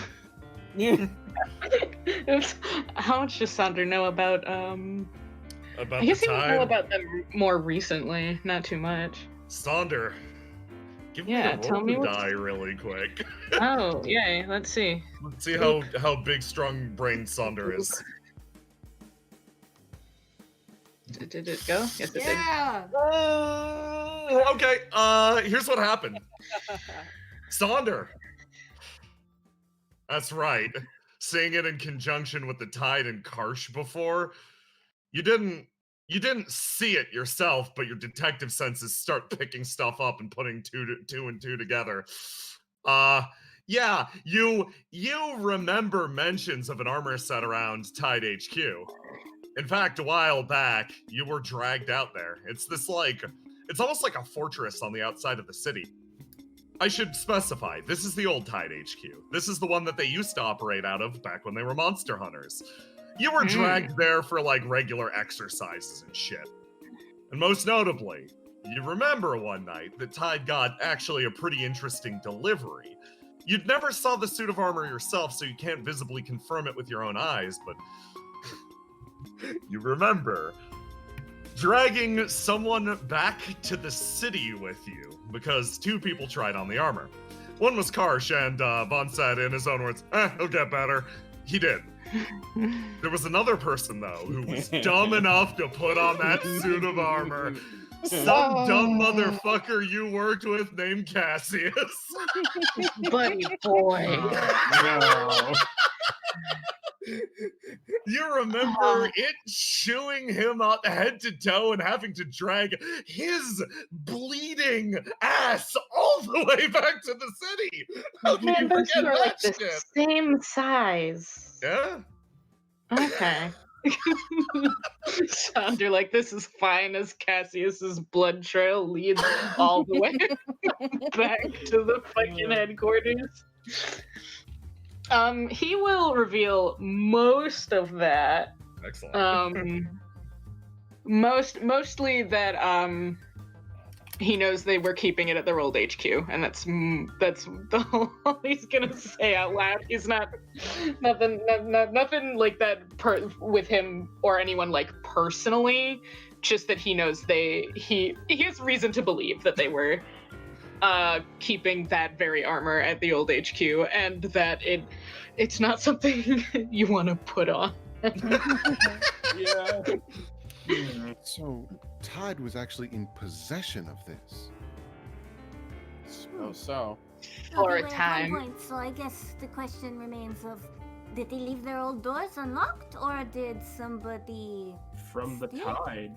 Or maybe, did somebody from the tide do it? Oh, yes, what if it is like a setup? They're doing it just to get power or something. Oh. Well, we'd have to find out if they were how recently they were still in possession of it. That's true. It's been a while. Well, Is that something that you might be able to learn, Sonder? You seem to have some form of connection if you knew that much. Oh. How do you Tilly feel gives about her a that? smile as if like a I know smile. Like, very briefly, he's like, meh. I love him. I love him. Does he know if is their old base still functioning? Like, do they still use it, or is it Nope. abandoned? It's completely abandoned. Dusty old building out in the wilderness. Okay. And then he's like, he digs at his plate a little bit, and he's like, I suppose I could look into it. Obviously, if that makes you uncomfortable, I don't want to push you, but... Nah. So I suppose the real question is, where'd it go? Because they probably left their possession at some point. Sounds like they didn't know We why it was assume. there. I mean, well, what did they say? What did they say exactly when they saw it? They just... Immediately, like I said, they didn't believe its movements, so they clearly were familiar with it. Which also means they must have encountered someone that was able to wear it already. I wonder what kind To of wear it person it takes- efficiently, you mean? Or at least not be eaten. Mm. I But wonder what kind of person it takes to be able to wear it. Oh, Magic maybe of it some was the kind? opposite. um, Maybe they have only seen it worn improperly, and thus somebody moving in it improperly and like painfully, and the way that it was presented to them today was normal, efficient looking. Maybe that's it. I don't know. Yeah, maybe your illusion was too good, Delilah. you're sweet. Does thinking back, just really thinking back, when we were inside there, did we get a glimpse of how this thing was moving? Was it like floating or moving like a fucking fighting game boss? So basically, it just shifted, turning around, gears like almost grinding, almost like a metallic, like automatic movement is the best way to describe it. So what Delilah was doing Springlock suit. Yeah, what Delilah was doing felt actually pretty accurate to what you saw in the vision. Okay. Did Thunder witness either Karsh or Cassius actually able to move in the armor? No, you or were did it just like decimate them and then spit them out? So to describe the situation in more detail for you, Sonder, you were chilling out. They've got this nice garden upstairs. You were just hanging out there talking about stuff, just waiting for this exercise to be over. Meanwhile, Karsh waiting to be free. Meanwhile, Karsh and Cassius snuck off because Karsh bet him something, and you saw the results of the bet. I like to imagine the bet took place directly in front of Sonder, and he just watched them go away. Like, yeah, nothing to mitigate it. Both of you are dead. Yeah, he just allowed that to be an unmitigated disaster. Sonder, I respect your life decisions. But he seemed to also mention that it couldn't be here. Like that was impossible that it could be present. Which also makes me raise an eyebrow about that. So either he thinks it's gone, or he knows where it is.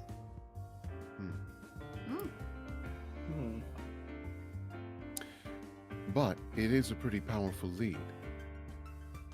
You have a lot to think on. Indeed.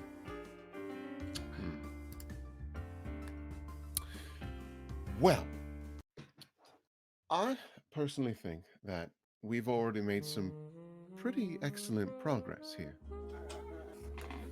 And a big thank you goes to Illyria for allowing us for it. I think I'll make her a little grape cake tonight.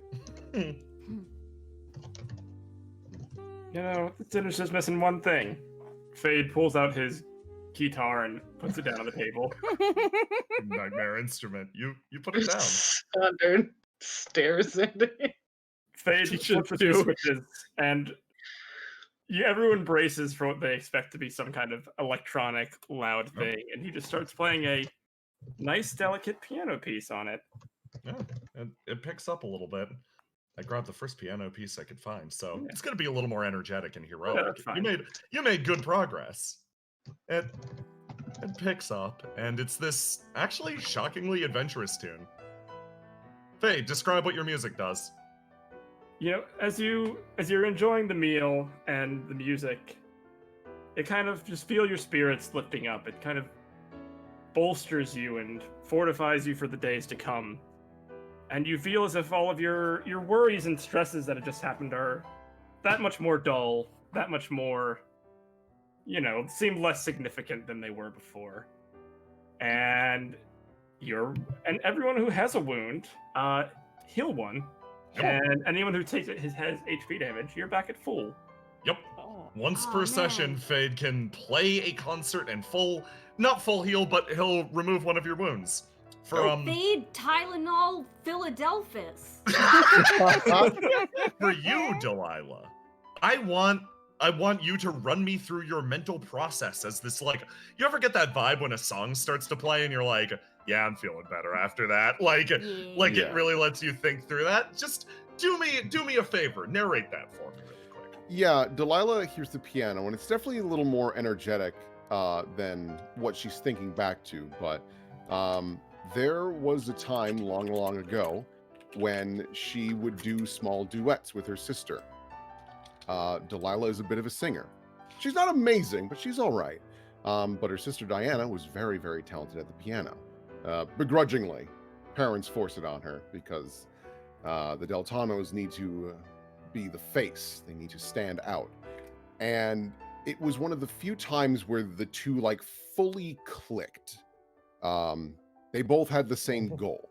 They both wanted the same thing, and that was to perform something that made everyone smile. And you notice that Delilah actually lowers her fan, and she has an oddly large smile, like one that literally goes ear to ear as she listens. Oh, very nice. Aww. Your wounds are healed. You can click on your character, go to the wound attribute button, and then just fix it right up. Yeah. Fade, congrats on being one of the few effective healers.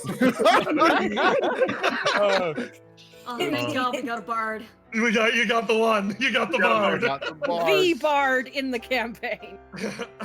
So yeah, time passes and you feel better. You feel encouraged. The music starts to take you away, and almost right then, something punctuates it. Not exactly something you expected. A stranger actually comes into the back of your little restaurant. You don't recognize them. No one does. Just walks in. When they walk in, Delilah immediately, almost embarrassed, puts her fan up and looks around, like actually scared. Yeah. They poke their head in. Excuse me, is Martha Teachin here?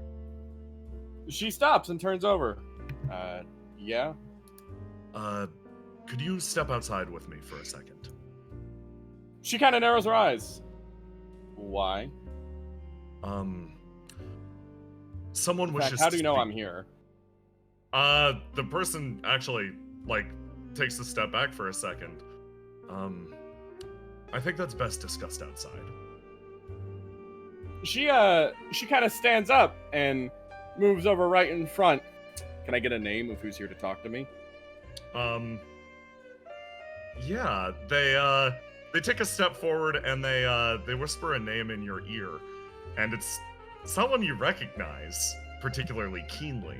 It's very regal sounding, I guess. I'm gonna leave that as a surprise. Okay. All right.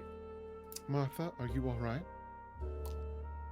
I believe so. Someone wants to talk to me, and it's not a name I recognize. Not. Might ring a bell or two. It's like Okay. it's one that's sticking weird for some reason. Graves has actually stood and has one hand on the table, and he's looking at you, Miss Teach. Basically, is this? Are you cool? Is the the person implication. they put both their hands up. She'll be back in like 5 minutes. Seriously. This is nothing. Like, they honestly seem a little off-put with how tense everyone is immediately. Yeah, Like, she genuinely notices a that. little surprised. Yeah, she kind of stops and is like, "All right, don't mean to shoot the messenger. I'll go talk to them." They nod and actually start to lead you outside. All right, thanks for the meal. I'll be right back. Of course. We're gonna focus on her very briefly. Teach, you come outside.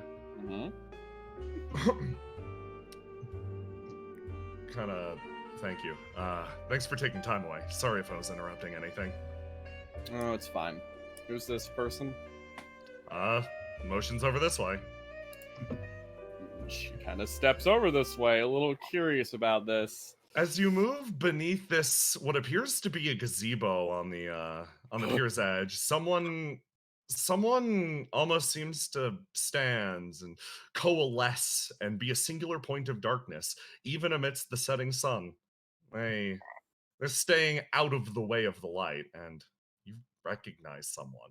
Not a face you expected to see, especially not here. They look back at you. Ooh!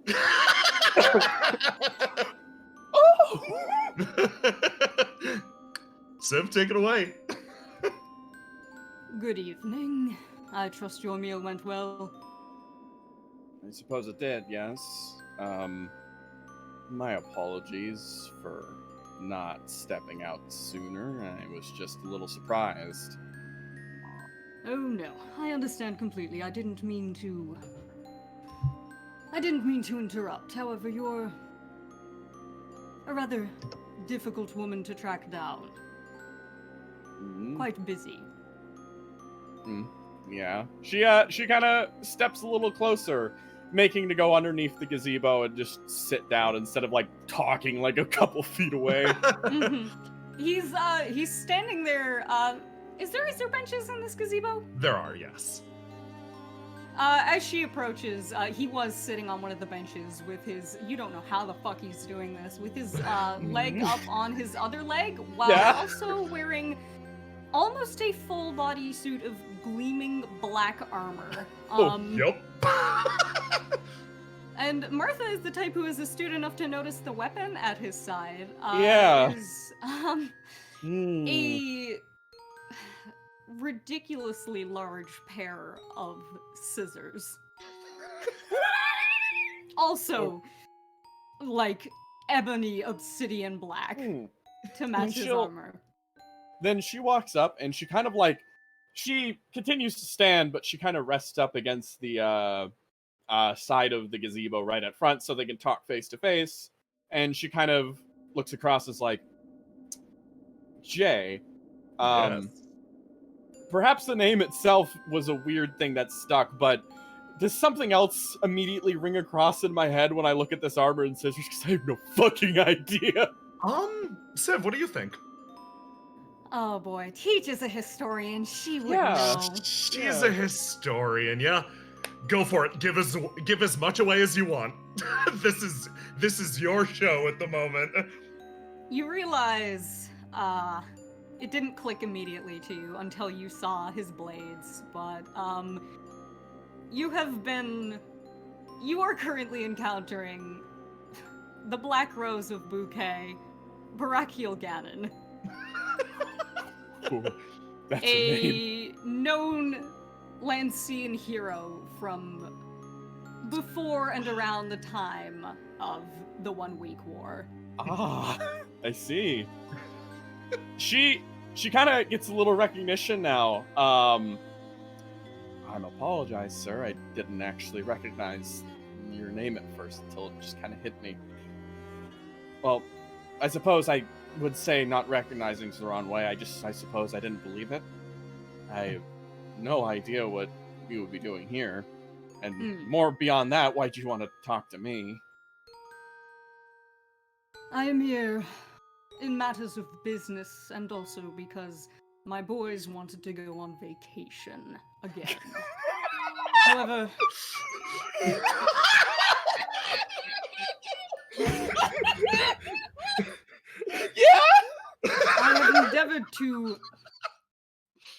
I have endeavored to stick around because I am in the process of connecting with certain individuals whom my higher-ups have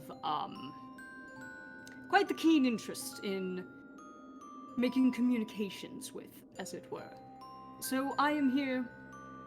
I have sent you a messenger to contact me, who is merely another messenger. He does a corny kind of bow with like the twirl of his hand and leans over. You see his stupid long hair fall over his shoulder and it's bullshit.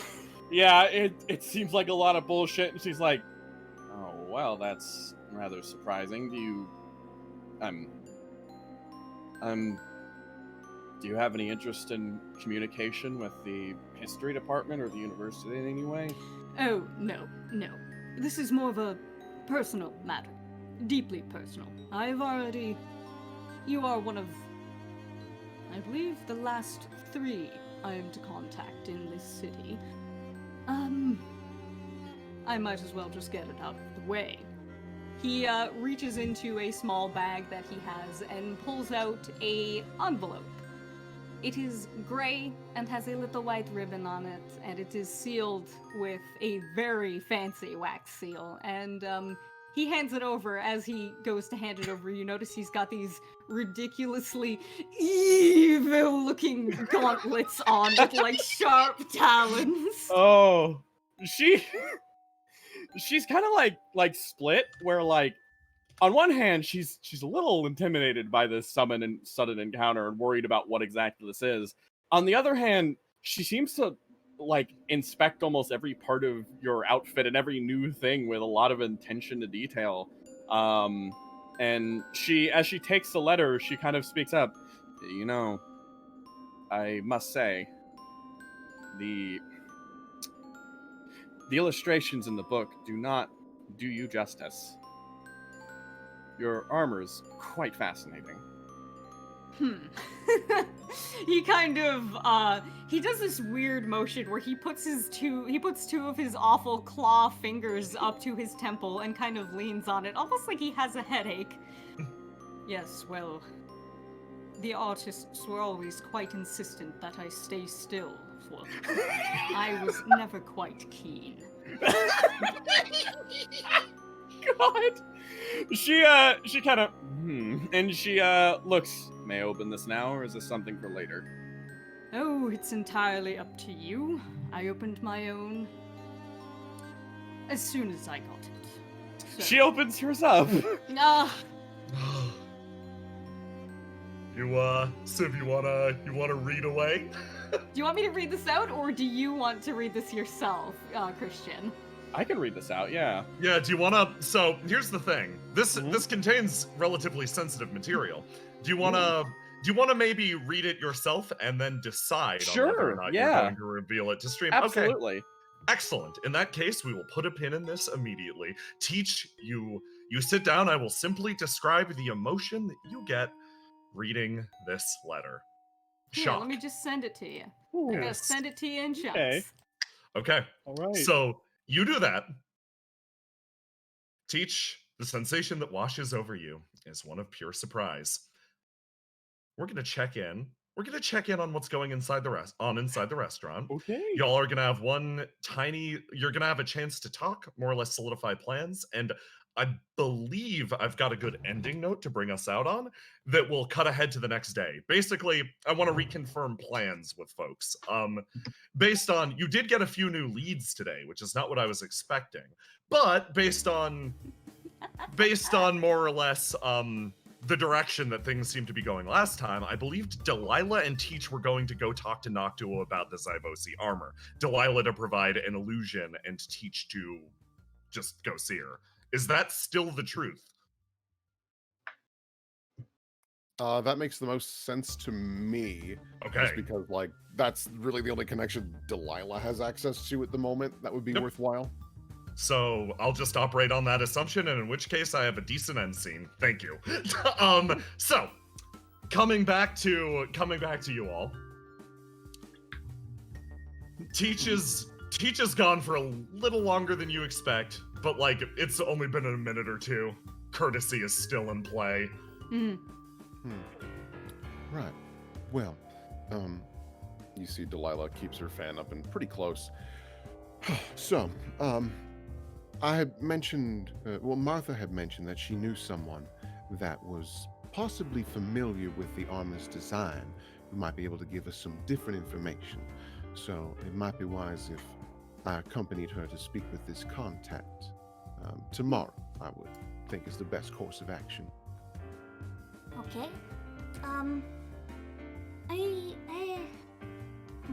Trying to think.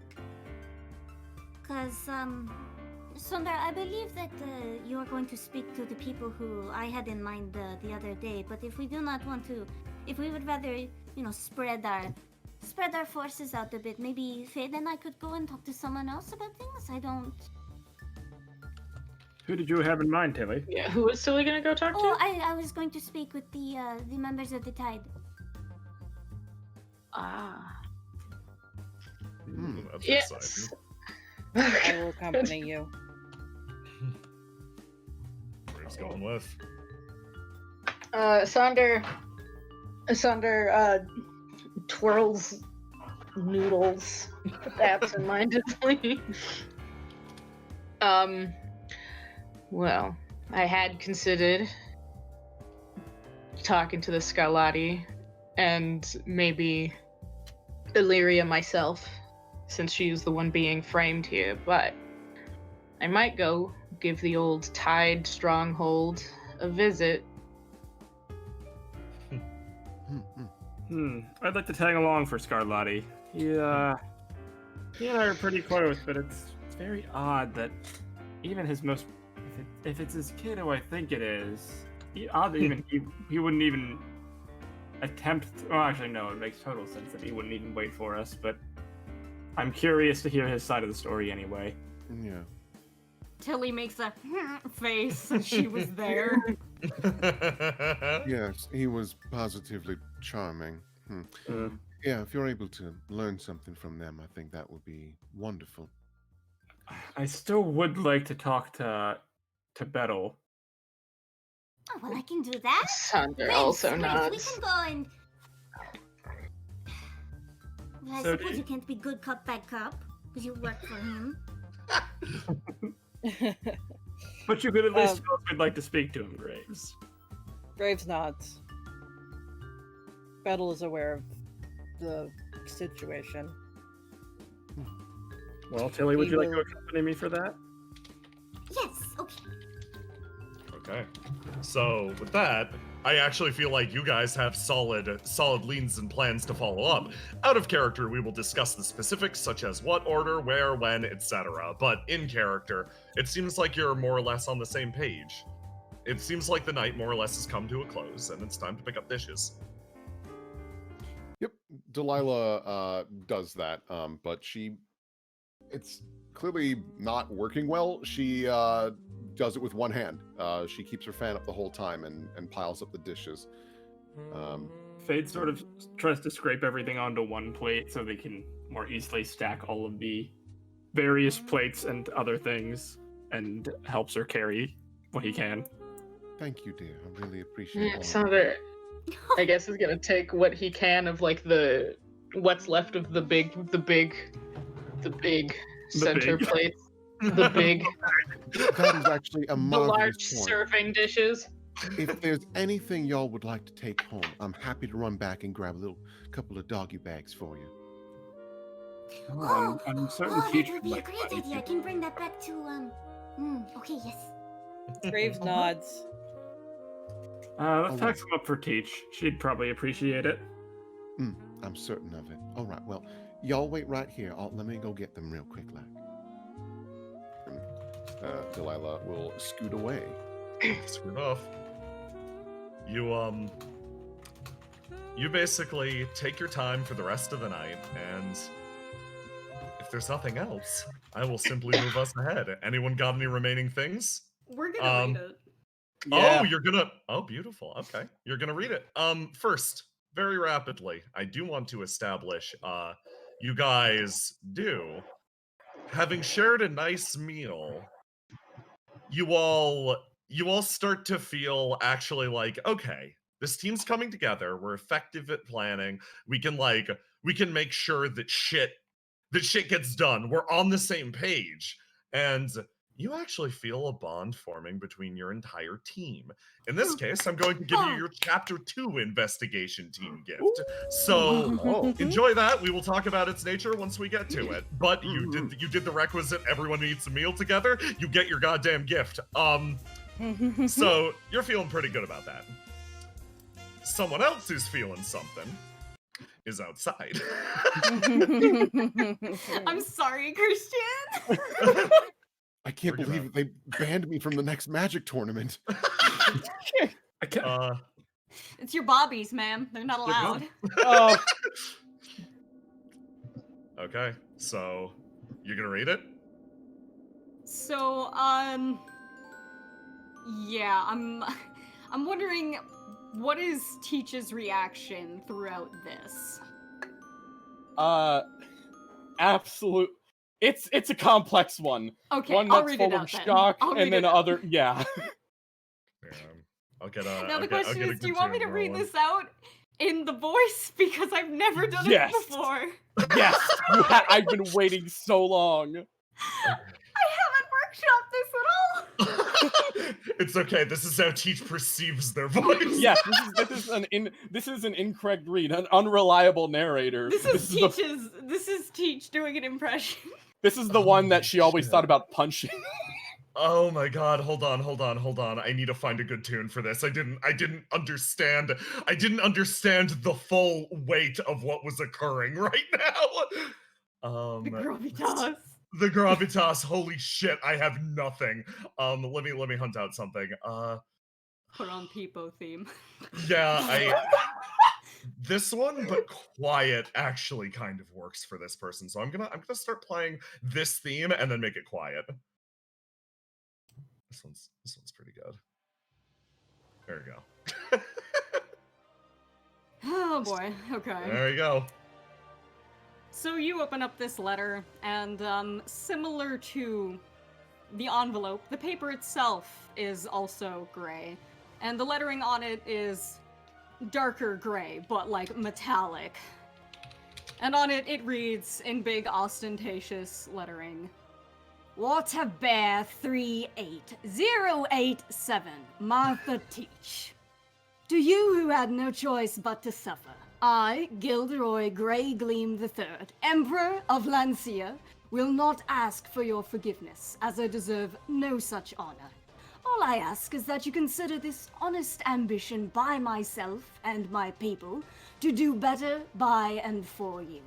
Simply apologizing does not heal the wounds or the traumas you have endured in these past 28 years. Instead, this letter and all it entails is the beginnings of an olive branch.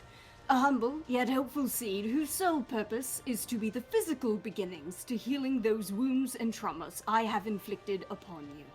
This offer is being extended to any person who served in the Windrosy or Falcotton war efforts while being under the age of 21 years old during the time of the 1 Week War. Regardless of the extent or intensity of your service, officially or unofficially. In these past 28 years, we of the Lancian Supreme Court have devoted a large sum of funding and effort towards understanding the effects of magical and mercurial contamination on the body and how to treat and potentially reverse it. Alongside this, we have taken extensive measures to provide social, financial, and general lifestyle accommodations to those who have had to live under its lingering presence. Spearheaded by a dedicated team of highly trained professionals, including the top physician amongst the Supreme Lancian Court, this endeavor has flourished greatly on our home soil. As such, we are officially and graciously extending the reach and support of this program to include those from our neighboring countries. Moving forward, this program will not begin until next year, AT28, to provide adequate time for those interested to apply and the official measures to be set. Present this document and appropriate identification to your nearest Lancian embassy by the end of this year, AT27, and you will be contacted accordingly.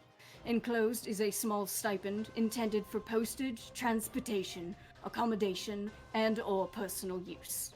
So long as you wish to accept it, you will be fully compensated and accommodated for the suffering of your should-be halcyon days. War is, and never will be, a place for games, much less child's play. To involve a child, as your elders did, is a crime, one that will not go unpunished. To live still is a luxury. Dare not do so miserably. Hoping for an olive orchard, supremely yours, Emperor Gilderoy Greygleam III. And with that final note, she looks down at the letter with it's as you said, Jay, absolute shock. She has no idea what to read about any of this. And she just starts looking through the letter multiple times, and it's just and she looks up. She wants to ask the obvious question. Is this a joke? Is this something that is this real? But she looks at who's delivering it, and this isn't someone who would come all the way to just no, this is real. And knowing that it's real completely stops her dead, and she doesn't really know how to respond to that, so she just kind of nods her head and takes off her glasses. Thank you.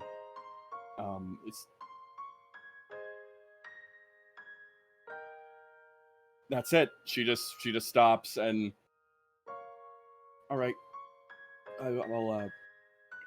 I'll keep this in my back pocket and put a note on it. He has his, throughout you reading this, he has assumed a stance of, yeah, I'll wait kind of thing. He has his hands clasped, and as you say that to him, he just nods his head once. Is there anything else? No, as I am not the Lancian embassy, or the ambassador in this city, do not contact me about this. He smiles. It is evil. Yeah. She feels that pierce through even that moment, and she kind of stops and just holds herself there and is like, all right, well, yes, thank you regardless for coming all the way out here for the sake of people like us in Indigo. You said there were 2 others? Would it be a breach to know who they were too? Well, I believe you already know them well. It would... no reason for me to disclose who they are. She thinks and runs through her head and thinks, yeah, no, probably so. She nods her head and just sort of kind of walks away a little bit and moves over and just kind of sits over. She doesn't know where to sit down per se. She just kind of stands there for a little bit and wandering a bit and kind of crumpling up and holding that note in her hands, trying to run over a number of things and thinking about that and wondering who's... There's a lot immediately, and at a certain point, she just kind of moves over to the side of the restaurant. It doesn't immediately go inside, but just sort of sits right outside, right, and leans up against the wall, just kind of sits and contemplates and waits for a little bit. Teach, could you do me a favor? Roll to die for me. All right, I'm dropping my swing. Yep, makes sense. Teach, I'm wounding your red stat. Okay. Oh yeah. my god. Yeah, fair. Yes, the power! You look up, and to describe what comes over you in this moment, you get to tell me how you're feeling. But Okay. you put your back to the wall, and those mists start to swirl around you. The mists of this city that keep this place forever locked. But your eyes wind up sort of tracing their way up ahead. It's an oddly cool night for this late in the summer, and the mists seem to stop as it converts into pure shimmering sky. Those colors dancing up above your head again. Tell me how you feel. She's feeling a lot. She takes off the glasses again and just kind of like puts them away and runs her hands across her face really fast, and she feels an overwhelming, she can't feel it. There's this feeling of she doesn't know what she's supposed to do. She understands that the people that literally fucked over her life are saying, sorry, we'll fix it. And she wants to not trust them and not believe them, but quite literally, her disillusion's been wounded.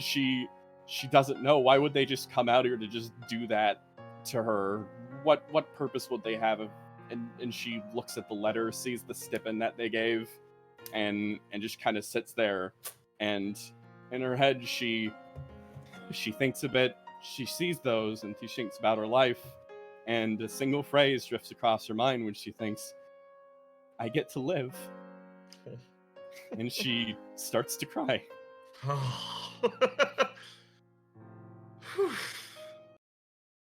Teach, I'm not gonna go into the specifics of the remainder of the night. Mhm. The time passes. You know what you do. I don't. But that's more your business than mine at this point.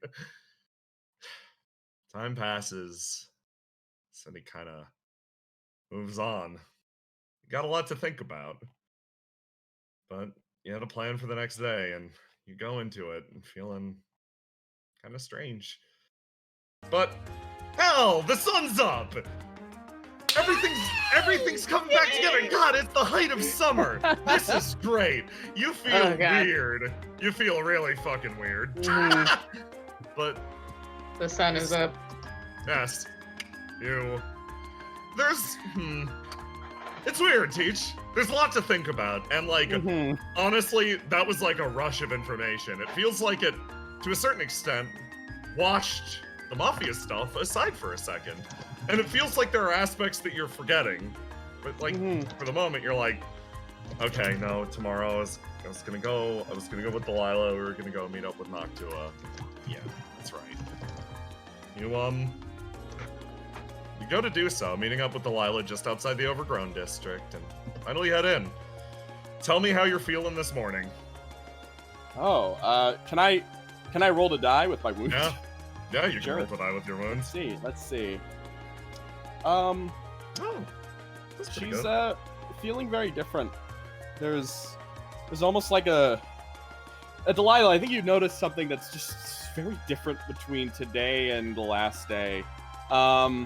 There's like that still kind of like professional, there's work mode. There's not like a lot of warmth, but there's almost this feeling of, I don't know, she knows she's looking around a lot more at the place she's in. She seems to be more relaxed, but not in like a, chilly talky way, but more in a like, I wonder what's going on today kind of way, like looking around, stopping a lot to look at stuff. Yeah. There's like almost a hint of hope. Yeah. Sam, stop typing! Delilah, before they go any further, just kind of walks up. Dear? Yeah? I know you must be annoyed as hell with this question from me, but are you doing all right? I must admit, yesterday you seemed so distant and cold, but today there's a warmth coming from you that's a little better than the sun. And she kind of thinks about that, and she moves over a bit, and she actually, a very casual gesture, she gives you a pat on the shoulder. Yeah, I'm doing fine. Let's go chat with my friend real fast. Of course, dear. That is wonderful to hear. You notice that when you got close, Delilah immediately brought her fan up. She kind of stops, and you notice that the reaction almost kind of brings her out of that state for a moment as she examines you pretty severely at that. Okay, I'll keep note of that too. Dear, she lowers her fan. Just when people get very close, I just worry they might see something they shouldn't. She kind of stops and's like, no, it's fine. It's okay to have personal boundaries. You don't need to talk about it. I didn't mean to be a buzzkill, but dear, I must say, I'm so happy to see you like this. It's genuinely warm in my heart to see you like this because... Oh, go for it. Yeah. When you talk, she kind of puts up her hand. It's okay. I get it. Seriously though, she kind of points over at Noctua. I'm sure by this point is probably noticing. She's just watching you from a respectful distance. Yeah, it's like, come on, we got someone waiting for us. It's fine. Of course. It's just I've seen a lot of sides of you every time I see you, and I think this might be my favorite one. She kind of takes that in. You notice there is something still a little awkward there. But she does again nod her head. Well, I guess I'm happy you like what you see. It's just nice to see hope in your eyes again. She kind of like, I guess so. Hey, Noctua. So, dear, you should be very pleased about that. Again, she kind of waves a hand real fast. Noctua heard all of your flirting. The slug judges. Flirting? Fucking third eye opened. She's She like, she first thing up, she goes up, and almost immediately, Delilah, you notice that she kind of walks up directly up to Noctua and looks like she headbutts her.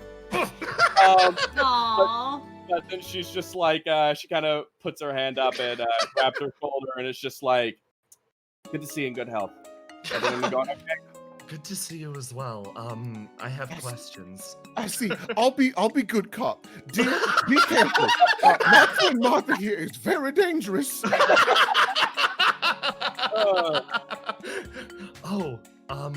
Yes, she is. She kind of falls back, and Delilah, you notice that she's smiling pretty genuinely. Wow, you've been busy. This place is all stacked up high. Hey, She looks back. Yes, we've constructed a multitude of bee houses. The time is like 6 a.m. It's early morning. Like you guys got here. You guys got here literally break of dawn. Excellent. And she like looks back over at the both of you. What can I assist you with today? Well, honestly, it's for a bit of an investigation, and Martha suggested that you might have some information for us. You have a bit of a background with it, which I must admit I had no idea. That's very exciting, Noctua. She looks around, like blinking a few times, and then absolutely demands an explanation. I want to know how much you tell her. Yeah, That'll inform what we're doing next. Teacha kind of looks, okay, so first, do you have a lot of time? Are you busy right now? Yeah, I am a little bit. Okay, you want a short version and I can tell you the rest later? Sure. She looks a little like curious, mostly, that like this many important people would be showing up here now. And we'll probably want to maybe go into somewhere a little more private, if possible. Of course. You By the way, dear, this is looking lovely. You're doing great. She beams at you. You take her aside. How much do you explain? Well, unless you're gonna stop her, Teacher's just gonna talk about everything. Yeah, I think what Delilah will explain, without going like too far into it, is like, okay, we've recently encountered, you know what? I think Delilah's not interested in lies anymore. She's down for Teach just saying it all. That's excellent. And Teach will just start talking, and we'll basically catch her up that, hey, so the short version is, Miss Deltano over here had a vault robbery that occurred within her bank, and unfortunately, remember Illyria? She nods. She took care and helped you out with that. Yeah, apparently someone tried to frame her, and I learned about this rather suddenly, so... Absolute malarkey. Yeah. So, essentially, whoever robbed this vault tried to frame my friend, and so we're trying to figure out a bit more information about them now and kind of clear her name. She intakes all of this very calmly. And I can assist you with finding this armor. Potentially, yes. The armor itself, it looks like, of course, I know you'd be a better specialist than mine, so that's why I'm kind of wanted to check, but it looks like Zyvosi armor. The wielder had an axe. Do you know anything about that champion? Noctua, like, furrows her brow for a second. Delilah, do you provide visuals? She does. You notice that she raises her fan, and then with a flick of the wrist, the armor appears. Noctua looks at it. Specifically for the three of them, just so that it's not like someone's like, "Oh my god!" It pops out, and she takes a quick look at it. Takes a step forward. Let me grab this. There we go. It pops into existence, and she takes a look, steps around it, moving really rapidly, and then stops. Whoever made this didn't know what they were doing. Yeah. She kind of like thinks about that and nods her head. Yeah, it looked like something I'd find in one of the illustrations, but I mean, the big thing is that what we know about it is that apparently it's been in the city for a while. So, do you know anyone who would have an? I don't know. I don't know if there's anything you can glean from it, but it looks like someone tried to copy the armor. She's moving around. I can help. Yeah, I can. She looks back. It looks like maybe they tried to integrate Skysteel into it. I could actually be useful in finding that. She actually reaches down, and then is about to do something, and then stops, and actually, like, eyes narrow for a second. Well. She crosses her arms again. I'll have to ask for a favor in return then. She looks cross. Of course. What do you need? It's funny. She almost has a holier than thou appearance. It's kind of annoying. Yeah. Yeah, she's just like Yes. Well, in that case, I'll need to ask for a few things. I'm really busy. She actually sags slightly. If I'm going to do this, I need somebody to cover for me. Teach thinks in her head, parentheses, thoughts. Ah, so that's why she was looking like a princess. She looks between the two of you. If it's okay, could you cover what my daily tasks would have been? I know precisely what needs to happen. Delilah snaps her fingers and the illusion disappears. She puts her fan down and pulls out a phone. Jeremiah, dear? I have a very important job for you. In fact, several. And you just hear quietly, fuck. Noctua actually stops you in that moment. She goes, no, I requested you to. Jeremiah, you're very lucky. Teach actually kind of grins at that a bit. Yeah, no problem. Tell you, me and Delilah here, we can lift entire truckloads of stuff. Excellent. And by that, she means she can. I would certainly try. I can lift like a pot or something, but honestly, I would love to help. Yeah, I bet you would. Bye, doll. Noctua gets she gets a satisfied looking expression. Helping with everybody's problems around the district is proven to be it's proven to be a lot, so I can give you the note that Cassius gave me, but really it's just about going out there and listening to people, their troubles, and if I'm hunting around for Zyvosi armor, I can't do that for a day. Teach, could you help me for a sec? She holds out one of her prosthetics. She helps, yeah. You disengage it, and like Noctua reaches down and starts to sort of mess with something.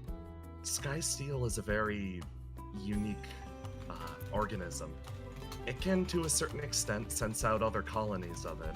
And the arm actually starts to uncoil, becoming more spaghetti-like. If I coax it out of the form I forced it into, she takes it back and it sort of crawls up her shoulder. I can have it sort of reach out, try to pick up other nodes. She looks around. So I've got a long day of walking ahead of me. Oh. She kind of looks at her. Maybe get a nap in first. Noctua shakes her head. No. Oh, one more condition. Yes. She kind of like looks forward a bit. I'm telling you, when I went in to do that, those bags, you look older than me. I don't see any bags. Of course you don't. No, you have to have lunch with me. I have questions. She kind of thinks. Yeah. Well, fine. I'll give you a lunch. You're buying though, right? Or am I gonna have to buy too? I was about to say the same thing.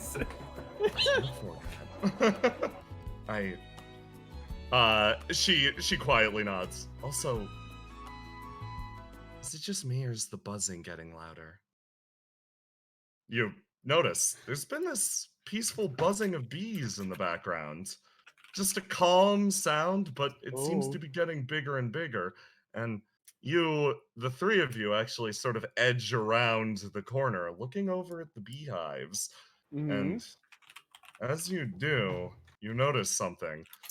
Slowly lifting up from the top of one of the beehives. The top disengages, and two eyes look at you, buried amidst the bees. God damn, it's noisy in there. You two! He points at Delilah and Teach.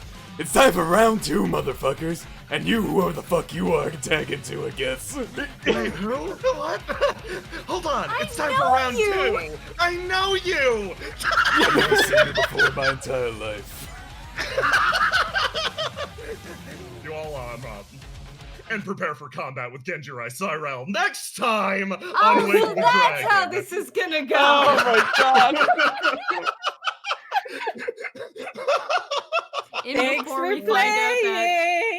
Before we find out that Genjiro has like a fatal bee allergy. He wins the battle and then just, what the fuck? Oh shit. And then he died. So, thank you for a fantastic session, everyone. Good job communicating. Nice work with the everything. Great fucking job. We got fan art. Go check it out. Let's go! Thank you for running this. This is lovely. Yeah. Thank you. Here, I'll link the Imgur in the Roll20 for peeps. Thank you. How did he get in there? It's from Peter GSC. He slipped the Came bees in some through the honey. back. Thank you, Peter, for making the Imgur. Yes. Thank you for the Imgur. And Greatly Aloha, thank you appreciate for it. being on top of links in chat. Yes, all sessions. always. Alright, boop. Jimin's streaming to channel. Yep. There you go. Fabulous. Alright, everybody watching? Yeah. Okay. So, Aw. first up from Nervous Dragon, we got Aww. Crew. Happy people. I love Sneaky Bijou. yeah. Thank you. And then also from Nervous Dragon. Howdy, boys. The boys. Boys. Oh my god. Oh, wow, you guys watch. Yeah. That's really nicely done. Nice. And we have Deep. three. Oh, fantastic. Excellent. Big. We have color by Kickout Trash Bin, line art by Twist Lester 2020. Fucking fantastic. Oh. Love this. Wonderful. Yeah. And then so 2020. We played a Genjirou in a box. I like the attention with the ice picks. Yeah. Fucking ice picks. Motherfucker of a weapon. Yeah. Let's see. Kickout Trash Bin. Did someone order a knuckle sandwich? Tiny Delilah. Oh my god, she's so small. Small Delilah. I love arms crossed graves like, bruh. Please. Oh man, really. Pathetic. Pathetic. Goddamn loudmouth son of a bitch. Sad. Oh, Neon. kitty boy. Cat, This cat, cat. Alright. This next one I saw earlier. It's great. Oh, that's good.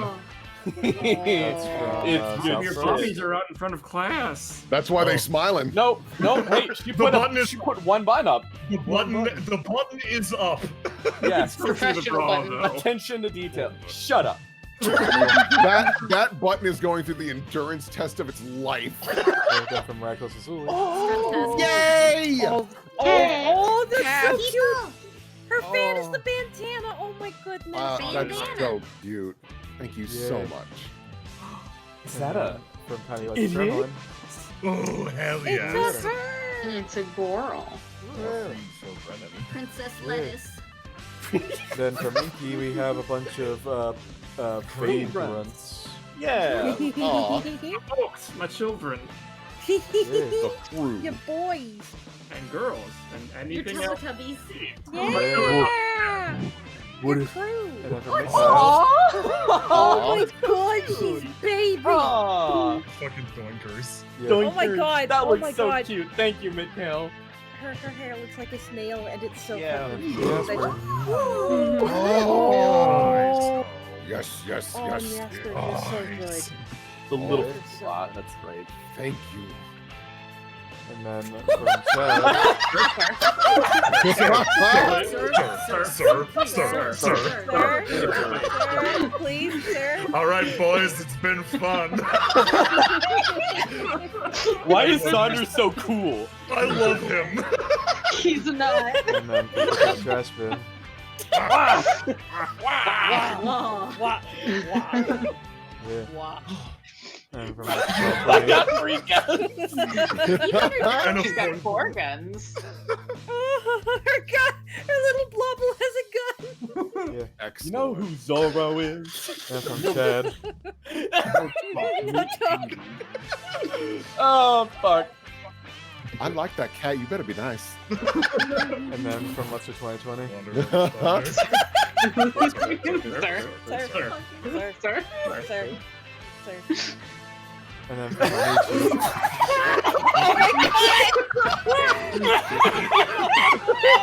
Jesus. Hold on, let me do it. That's That is amazing. a dream edit. How to make a girl smile. And then from Middle. Yay! Oh, she's so sad. Thank you. Y'all are feeding me. Yay. Thank Yeah. you. Food. Oh, Whoa. And then Oh. from Sour Badger. Oh, oh, so That pretty. shit. so much. Sour badger, damn. Yeah. Thank you so much. And then also from Sour Badger.